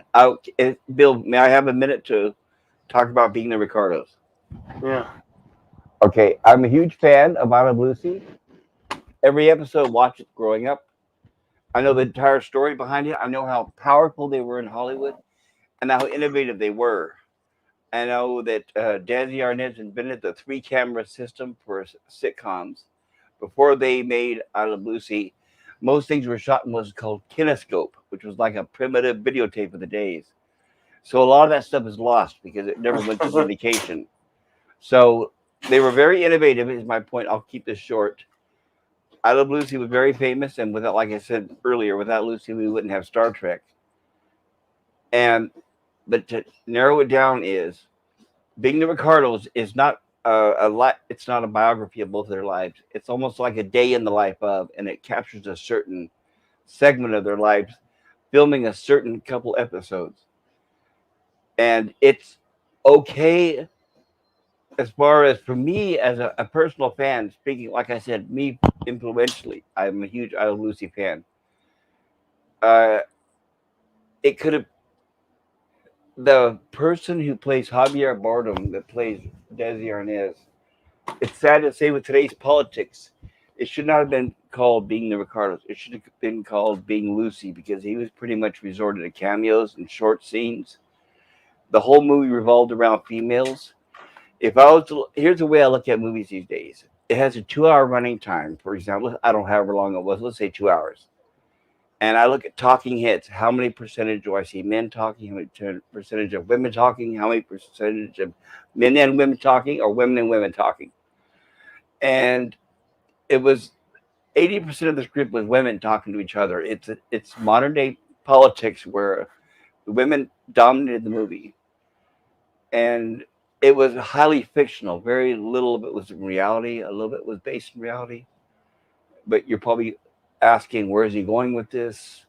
My point is, Nicole Kidman was probably the worst choice they could have chosen to play Lucy. She did okay with the voice, I guess, but with the makeup, her entire head structure and shape is off, and her eye structure is not Lucy's. So they had heavy prosthetics on her. And in a lot of movies, when people are wearing makeup, after watching a little bit of the movie, you kind of forget it, and you kind of get into the character. But with her, the prosthetics were so off-putting. You always notice it, and it always took me out of the movie, that she does not look good as Lucy. She did not. It wasn't good. So, in a nutshell, as a huge I Love Lucy fan and history fan of the way sitcoms were invented and created, I give it a 6 out of 10 at the most. I think it's another cash grab by her daughter. Her daughter, her son, Desi Arnaz Jr. is still around, but the daughter, Lucy Arnaz, is pretty much sucking the legacy dry, and she'll do anything for a paycheck. And it shows. It shows. It's like whenever I see an episode of Discovery and it shows Rod Roddenberry's name at the beginning, that's Lucy Arnaz, or Lucille Ball's daughter. She's another one who signed her mother and father's legacy away for cash because she herself does not have a career. She doesn't have any kind of money. In fact, her husband is the horrible, washed-up has-been, never has-been Lawrence Luckinbill that played Sybok on Star Trek V, Major Chelsea Sybok. Sybok was played by Lawrence Luckinbill, and only because he was a member of Leonard Nimoy's family. That's the only reason why he was a brother-in-law of Leonard Nimoy through marriage. And that's the only reason why he got that job to play Sybok in Star Trek V. He is Lucy Arnaz's husband, the daughter of Lucille Ball. So Lucille Ball is basically his mother-in-law. And he's another washed-up actor. They both live in New York. And she just, by the way, just as soon as she got the paycheck for this recent movie, she went and bought a brand new Manhattan, expensive multi-million-dollar, another apartment or whatever. And sorry, I'm going off on this rabbit hole tangent. Okay. Lucille Ball used to be buried in Los Angeles in a Hollywood cemetery. She had a fancy ceremony, everything when she died. I went and visited her grave in Hollywood, in Los Angeles. I saw several celebrity graves. After I went and saw her grave, her daughter actually had her body exhumed, dug up it was in a mausoleum actually, so out of a wall, not the ground, flown to LA, where she created her Lucille Ball Museum, and she literally, I'm not exaggerating, put her mother's body on display at the New York Museum. So I have very, very low consideration or very high contempt for the daughter. And it's not the last time we'll see the legacy of Lucille Ball and Desi Arnaz checked into the cash register. I'm sorry, you said to keep my reviews short, Son of a Red Shirt, but I apologize. And we got a lot of excitement in that chat, Bill. It's like Las Vegas. We gotta walk. It's time to play that favorite game that we love to play. Whack-a-bot time. Love Face XYZ Online says strips without clothing. Kiss, kiss, kiss. Love, love, love, hug. Wow, you actually went there. You read it. I wouldn't have read it. Sorry, there was some pointy there. Yeah. Well, thank you, Son of Red Shirt, for whacking that crazy bot. I turned off the subscriber mode only to see what I get a bot, and sure, as soon as I did, a bot shows up. We'll keep the subscriber mode only off to see if we get any more bots. It's just an experiment. It's a social experiment. Plus, it gives me kind of fun, and it gives you wrenches out there something to listen to us talk all keep them on their toes, right? I have to respond if I can. If I may, Son of a Red Shirt says Lawrence Luckinbill is part of the cast. Dude, he's a solid actor. Can you please explain what that means? Is there? Am I wrong? Did Lawrence Luckinbill do a good job somewhere? Bill, you're a Star Wars fan. Are you a Star Trek fan as well, or no? I do like Star Trek. I do. Okay. Do you remember Star Trek? I know. Three. Star I have Trek. a- Star I Trek ha- 4: The Voyage Home. Yes, of course. Yeah, I love that movie. Okay. Do you remember the Klingon who walked in and saying, "This is a disgrace. Kirk should be," all this kind of stuff. Remember the Klingon ambassador? You know what I'm talking about? This is where they say Captain Kirk is Admiral Kirk is in violation of 9 Starfleet regulations, and the Klingon says Starfleet regulations, that's outrageous. Remember this well. Shall never be peace as long as Kirk lives. That's what I'm talking about. That scene. You know what I'm talking about? Yeah, I remember that scene. Well, he's Leonard Nimoy's brother-in-law, another brother-in-law. That's how he got the job. He played in a series called Macmillan and Wife in the 70s with Rock Hudson and Susan St. James. Not to knock him. I like him, the actor. But I'm saying there's really a lot of nepotism involved when you really look into the details. But that's how he got the job as a Klingon ambassador. And I think he did a great job. John Shuck is his name, by the way. John Shuck. He did a great job, and I like him. But I'm not a fan of Lawrence Luckinbill. And the only reason why he got the job is he was also nepotism. Son of a Red Shirt says that pop culture, my God, that's hilarious. Heinous. I'd never heard that before. Dude, it's not like I doubt your word, but are you sure that's true that some Lennon level bleep going on? What part are you talking about? I didn't exaggerate about anything I just said. Whatever I said is the truth. I spent a couple weeks vacation in Los Angeles. Listen to this, guy. I'll make it short. Going and visiting famous Hollywood graves. There was a book published called, and you can look it up. It's called Hollywood Remains to Be Seen. And this is before we had GPSs on our phones. So it was this book you could get, and it had locations of all the famous Hollywood celebrities who had died over the years. But since there were no GPSs on our phones, it would say, go through the gate, walk 30 feet west, turn to your right, walk 20 feet south, all that kind of stuff. So my friend and I, a good friend Myron from the Air Force, we took a vacation 2 weeks in LA, and we spent the whole time looking up Hollywood graves. And it was my idea because I'm a big Hollywood fan. So, and the whole question came, okay, I was so excited. I had the book. I had read the entire book from front to back several times. I had little Post-it notes and all stickers in place of every grave that I wanted to go visit. But my intention was when I get there, the first people in this order that I'm going to go see is Laurel Hardy and the Three Stooges. And that's what I did. I saw them first. And then after them, I could go on Lucille Ball, Jimmy Stewart, Dean Martin on his headstone. By the way, he was in the same cemetery as Lucille Ball. Dean Martin, on his headstone, it says, "Everybody loves somebody sometime."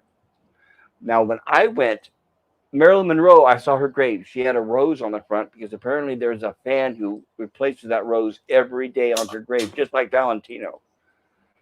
But next to her, right to the left of hers, was reserved for Hugh Hefner because this was before he passed away. So now that he's dead, I know where he's buried if I ever go back and visit. And also, Walter Matthau and Jack Lemmon are buried almost side by side in the same cemetery, which is very fascinating. Usually, you don't see celebrities who are couples in real life or popular in real life buried close to each other. Even famous families are buried far apart in separate cemeteries. The Three Stooges, for example, are all buried in separate cemeteries. I went and visited Curly's grave and Moe's and Larry's and Shemp's and all of them. They're all buried in different cemeteries, so you never know. So I thought it was really nice that Jack Lemmon and Walter Matthau saw to it that they were buried next to each other. And of course, I probably lost attention. Oh, and also, thank you. Sorry. Thank you for giving me time, guys. Also, while we were there, I wanted to find some of the famous filming locations in Hollywood. So I found the Laurel and Hardy steps from the Music Box, where where they're trying to cart. I don't know if anybody of you guys are old enough like me, where they had to cart that piano up that big set of stairs. And not far from there is where the Three Stooges filmed An Ache in Every State, which is a similar set of high stairs where Curly is trying to get a block of ice up the stairs, but it keeps melting. I also saw where they filmed the Nightmare on Elm Street house with the green door and, the White House where the mother gets sucked through the front door at the end. And also the Halloween house there where they filmed the first Halloween movie. And the neighbor across the street where Annie was, her friend was across the street where she was babysitting. Those houses are actually across the street from each other. And I took pictures of that. I saw and took pictures of the house where they filmed Whatever Happened to Baby Jane. And what's excellent is I saw the mansion where they filmed the Beverly Hillbillies, the original exterior of the Beverly Hillbillies. They changed the entrance and the doors. They have this big old gate entrance where you can't see. But I had to stand on top of the rental car and hold the camera up high in my arms just to get a shot over the fence. And you can still see the front of the Clampett mansion, and among other things. Sorry to go on this crazy rant. Anyway, No, it's fine. back to you guys. Oh no, you're good. Sure, you're good.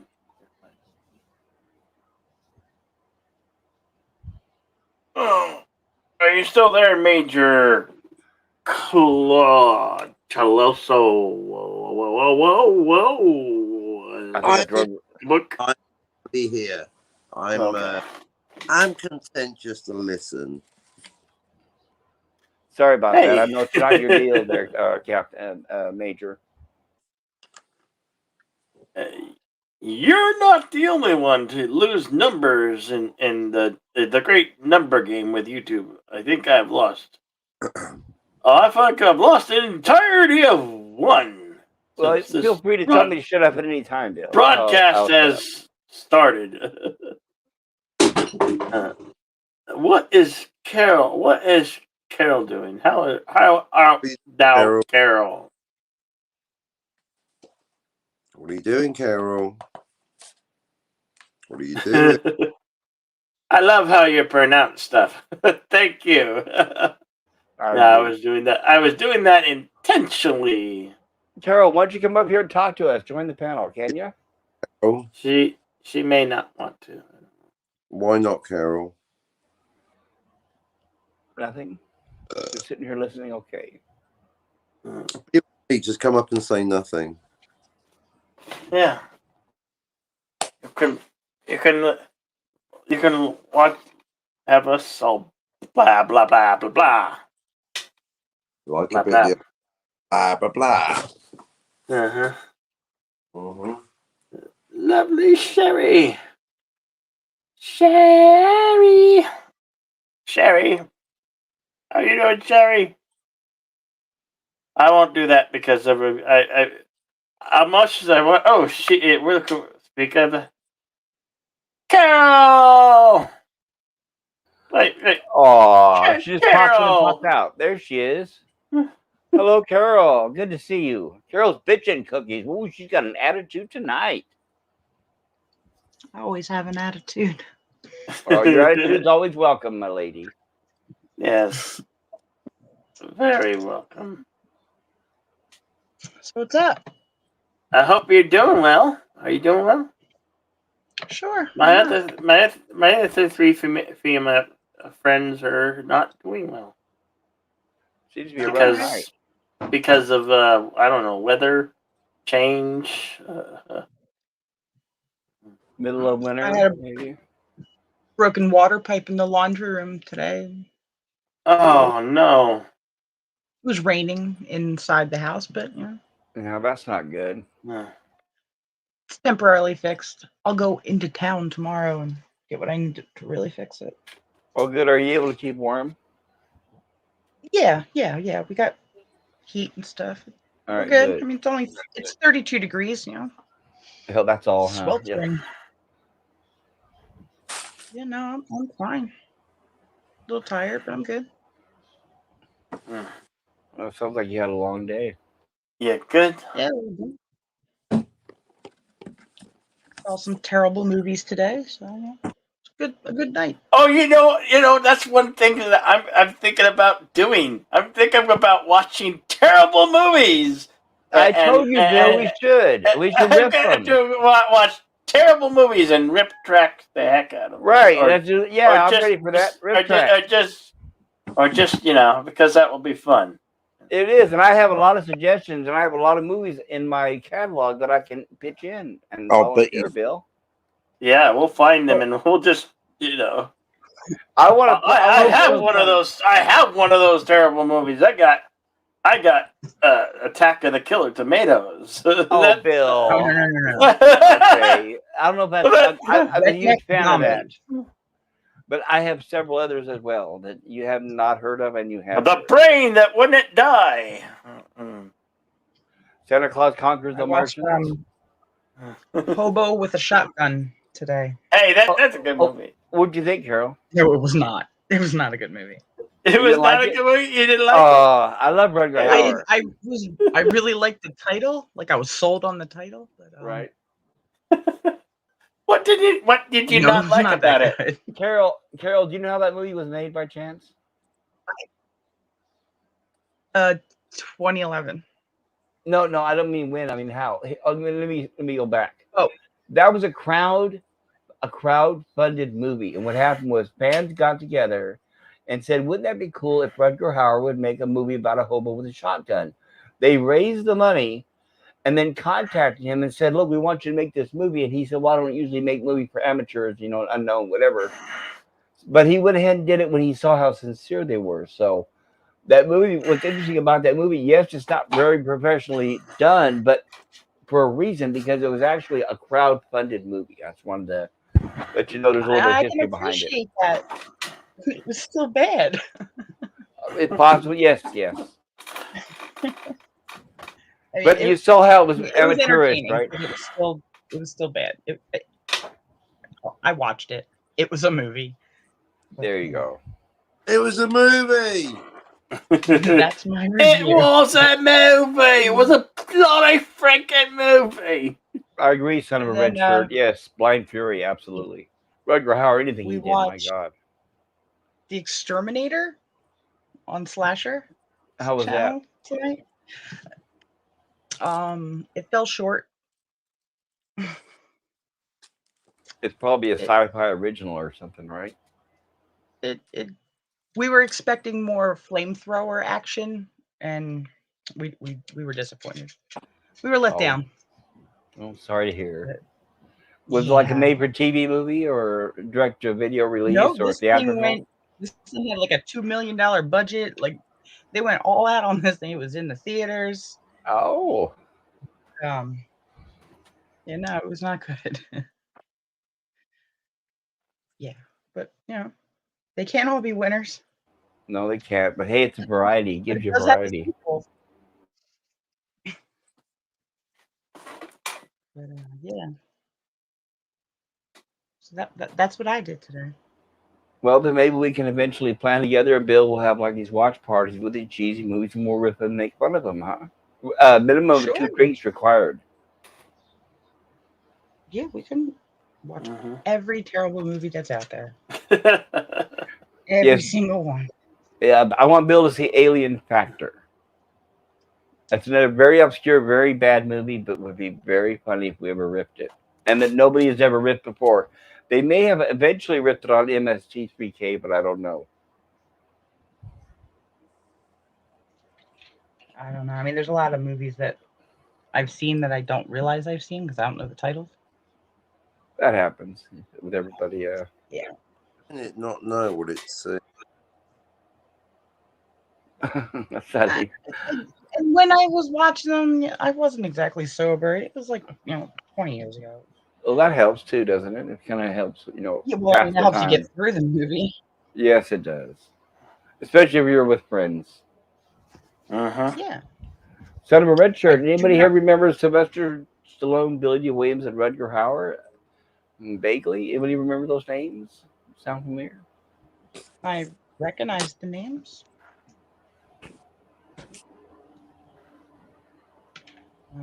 Terror Tunes, that's a terrible movie. It made me physically ill, so I'll never watch that again. Has anyone here seen Death Row Game Show? Death Row? No. No. Okay. Sounds exciting, yeah. Well, it's about what it sounds like. Criminals have to go to this game show, and they have to play games like you're on, with actual camera, similar to The Running Man. So it's a low budget movie where criminals who have been indicted have to go on this game show, play the games, and they have to die horrifically depending on the fate of their game that they lose. So it's interesting, low budget. But You know what bad movie I want to see? It's called Nudist Colony of the Dead. It's a zombie film.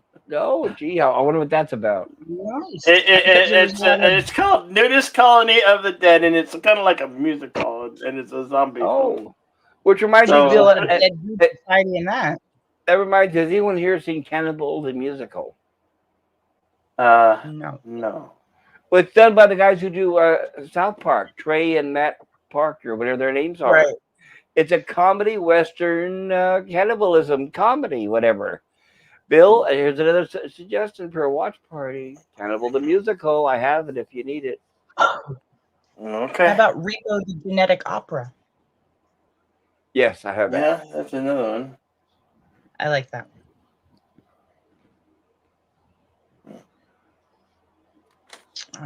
Priscilla, Queen of the Desert. Yeah, the original, right? Not the remake, which was. No, not the remake. Everything Julie Newmar. Yes, everything Julie Newmar, and she's still alive. Bless her.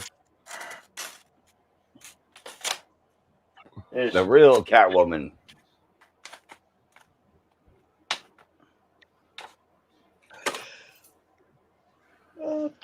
Uh-oh, you're yawning.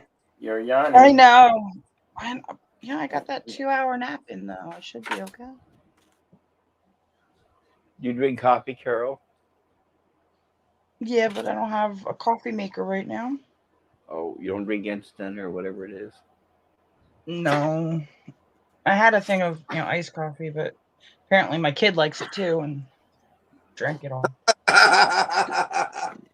What's iced coffee? Sorry, I'm ignorant.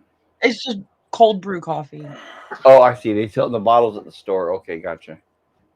Yeah, but the kid beat me to it. Must have been during that 2-hour nap. So. Oh, just pesky kids, huh? The kid. Oh. I remember when I had the teenager. I remember when I had lets me kids live in around. the same house. Yeah, I remember when I had kids around the house. Forget about trying to keep cold cereal of any kind because they would eat that like it's breakfast, lunch, and dinner. Especially because I would buy stuff like Captain Crunch and things like that. It's like, oh, forget it, then it never lasts. Have you ever seen Trancers? I have seen Trancers. Oh, Tim Thomerson, the queen of the B movies. How about the ones that had Cynthia, the kung fu movies that had like Cynthia Rothrock. Cynthia Rothrock. Yeah. Yeah, Bill, she's still active. She looks great. I follow her on my Facebook and TikTok. Really? She looks great still. Yeah, believe it or not, I would. I would let her kick my butt. I was gonna say, and she can still do it. She's got to be in her 60s, right?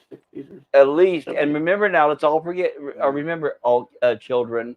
She's the one that influenced the Sonya character in Mortal Kombat. Yeah, that's right. She did. Especially that one movie she does where she flip. Let's see. I'll try to describe where she basically hops onto a handstand and then backwards grabs with her feet and grabs her neck and flips them over. It's kind of hard to explain, but there's certain moves that she's known for. There's certain moves that they put in the Mortal Kombat game. That's why whenever I played, I always liked playing her character. I could always kick everybody's butt. That's awesome. Hot. That's awesome. Hot. Beautiful, blonde, tough woman, not social justice, and she had Bob Hope's nose, but I could overlook that.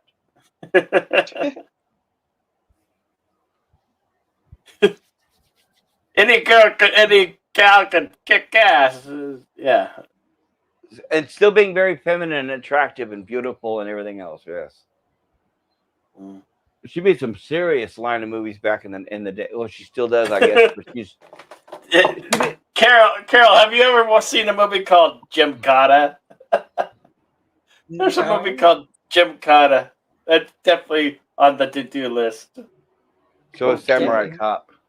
Gymkata, Samurai Cop. Well, I know there's called Dumpster Baby. I know there's a I movie. didn't watch it. There's a movie called Wolf Cop. Then there's Wolf Cop 1 and 2. How about Maniac Cop?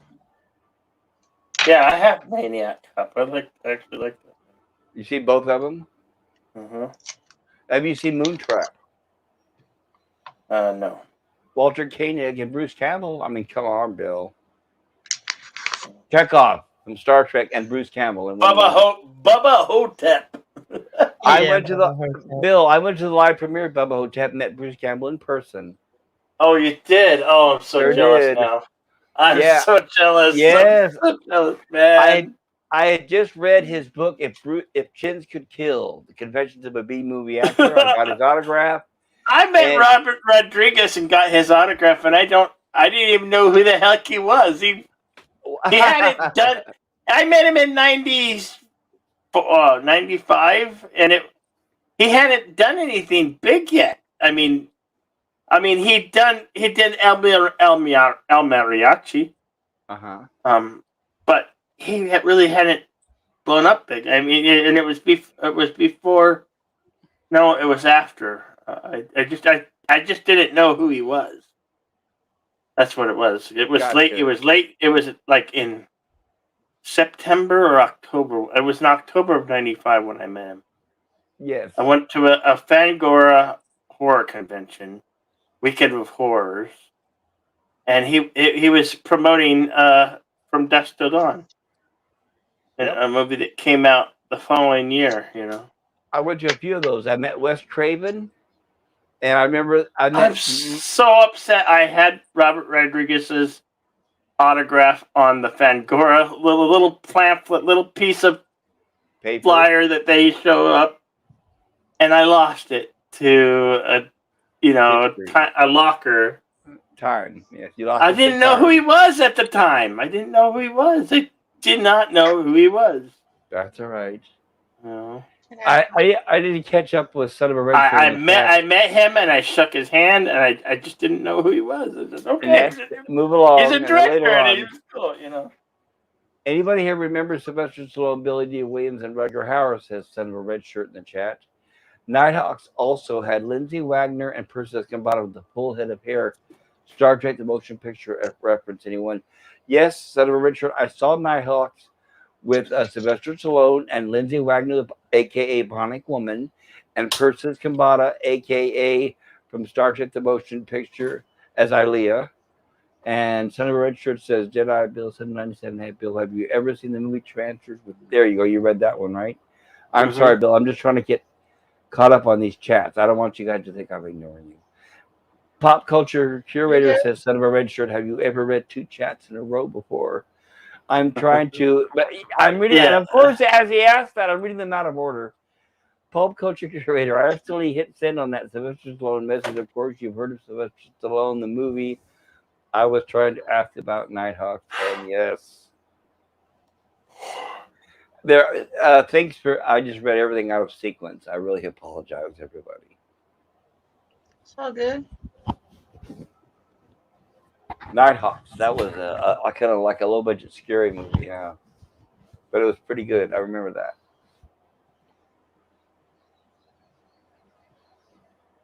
You know what's interesting with Sylvester Stallone? He's a much better writer than he is an actor. I'm not knocking his acting, but he's a smart man. The fact that he wrote Rocky when he was broke and he had no money, and insisted the only way they're going to, when the Hollywood was all excited saying, yeah, we'll take that script, and he insisted and fought to the end saying the only way is if I play the character. Smart man.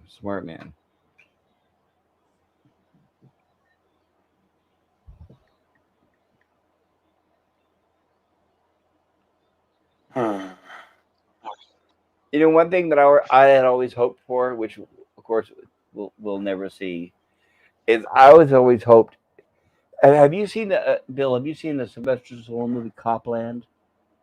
Yeah, I thought it was great. It was a great movie because Sylvester Stallone played his age and he even gained weight. Remember that? Where it wasn't all about ego and his looks. Remember that? Yeah. I was always, my whole life, I had always hoped that William Shatner would do that, but he never did. So that's kind of off topic. But I was always hoping that at some point William Shatner would do a serious role without acting like he is, showing how it really is, without the the wig and all that, and just play a serious role and just see William Shatner on the inside, portray a different character that we've never seen, but William Shatner's William Shatner, right? He's got that shellac on the front, and the veneer that we'll never see underneath, which is fine. I love and respect the man. He's my hero.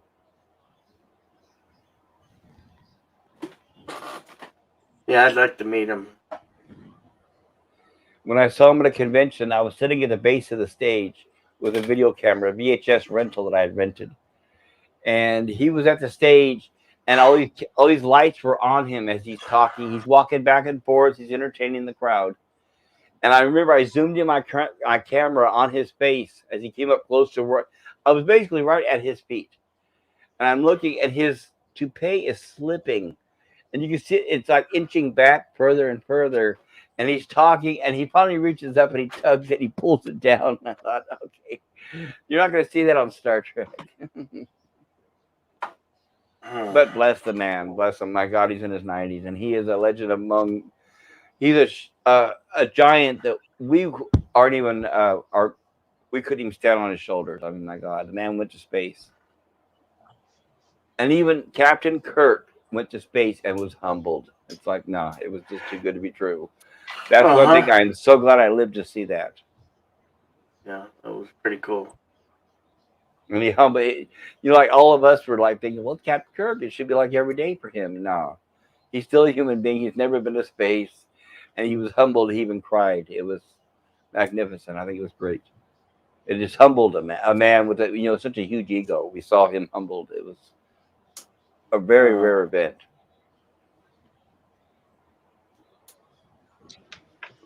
Sorry.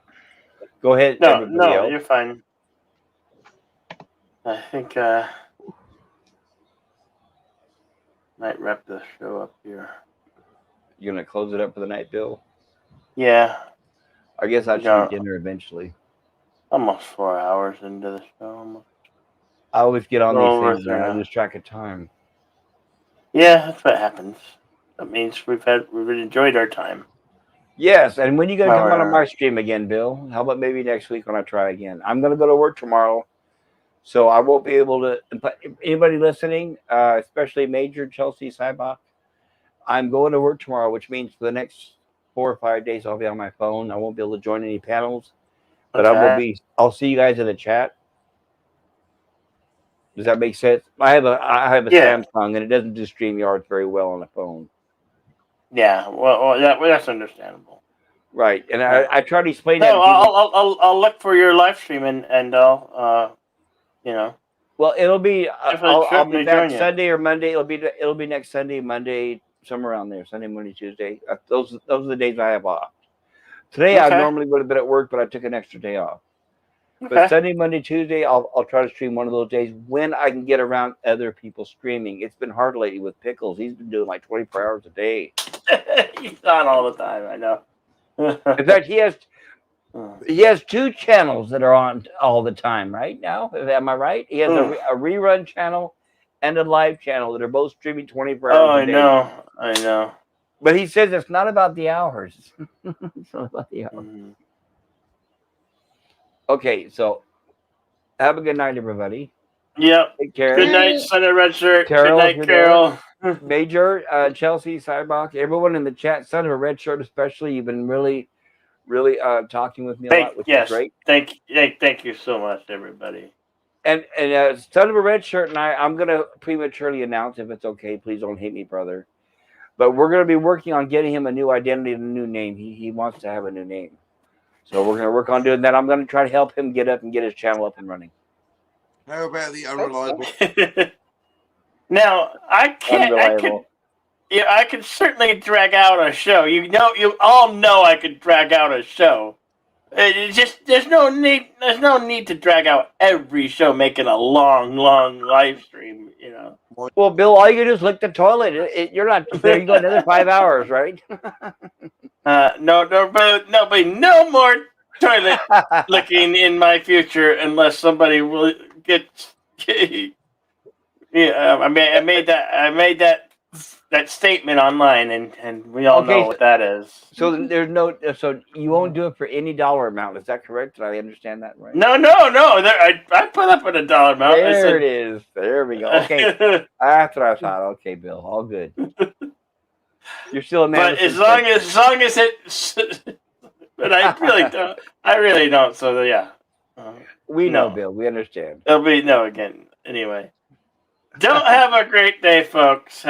Don't have a good day. Have a great day. Bye-bye, at least try, and stay healthy and wash your hands. Definitely. Oh my gosh! Eldritch Lord Haster drops in at the last moment. Wow!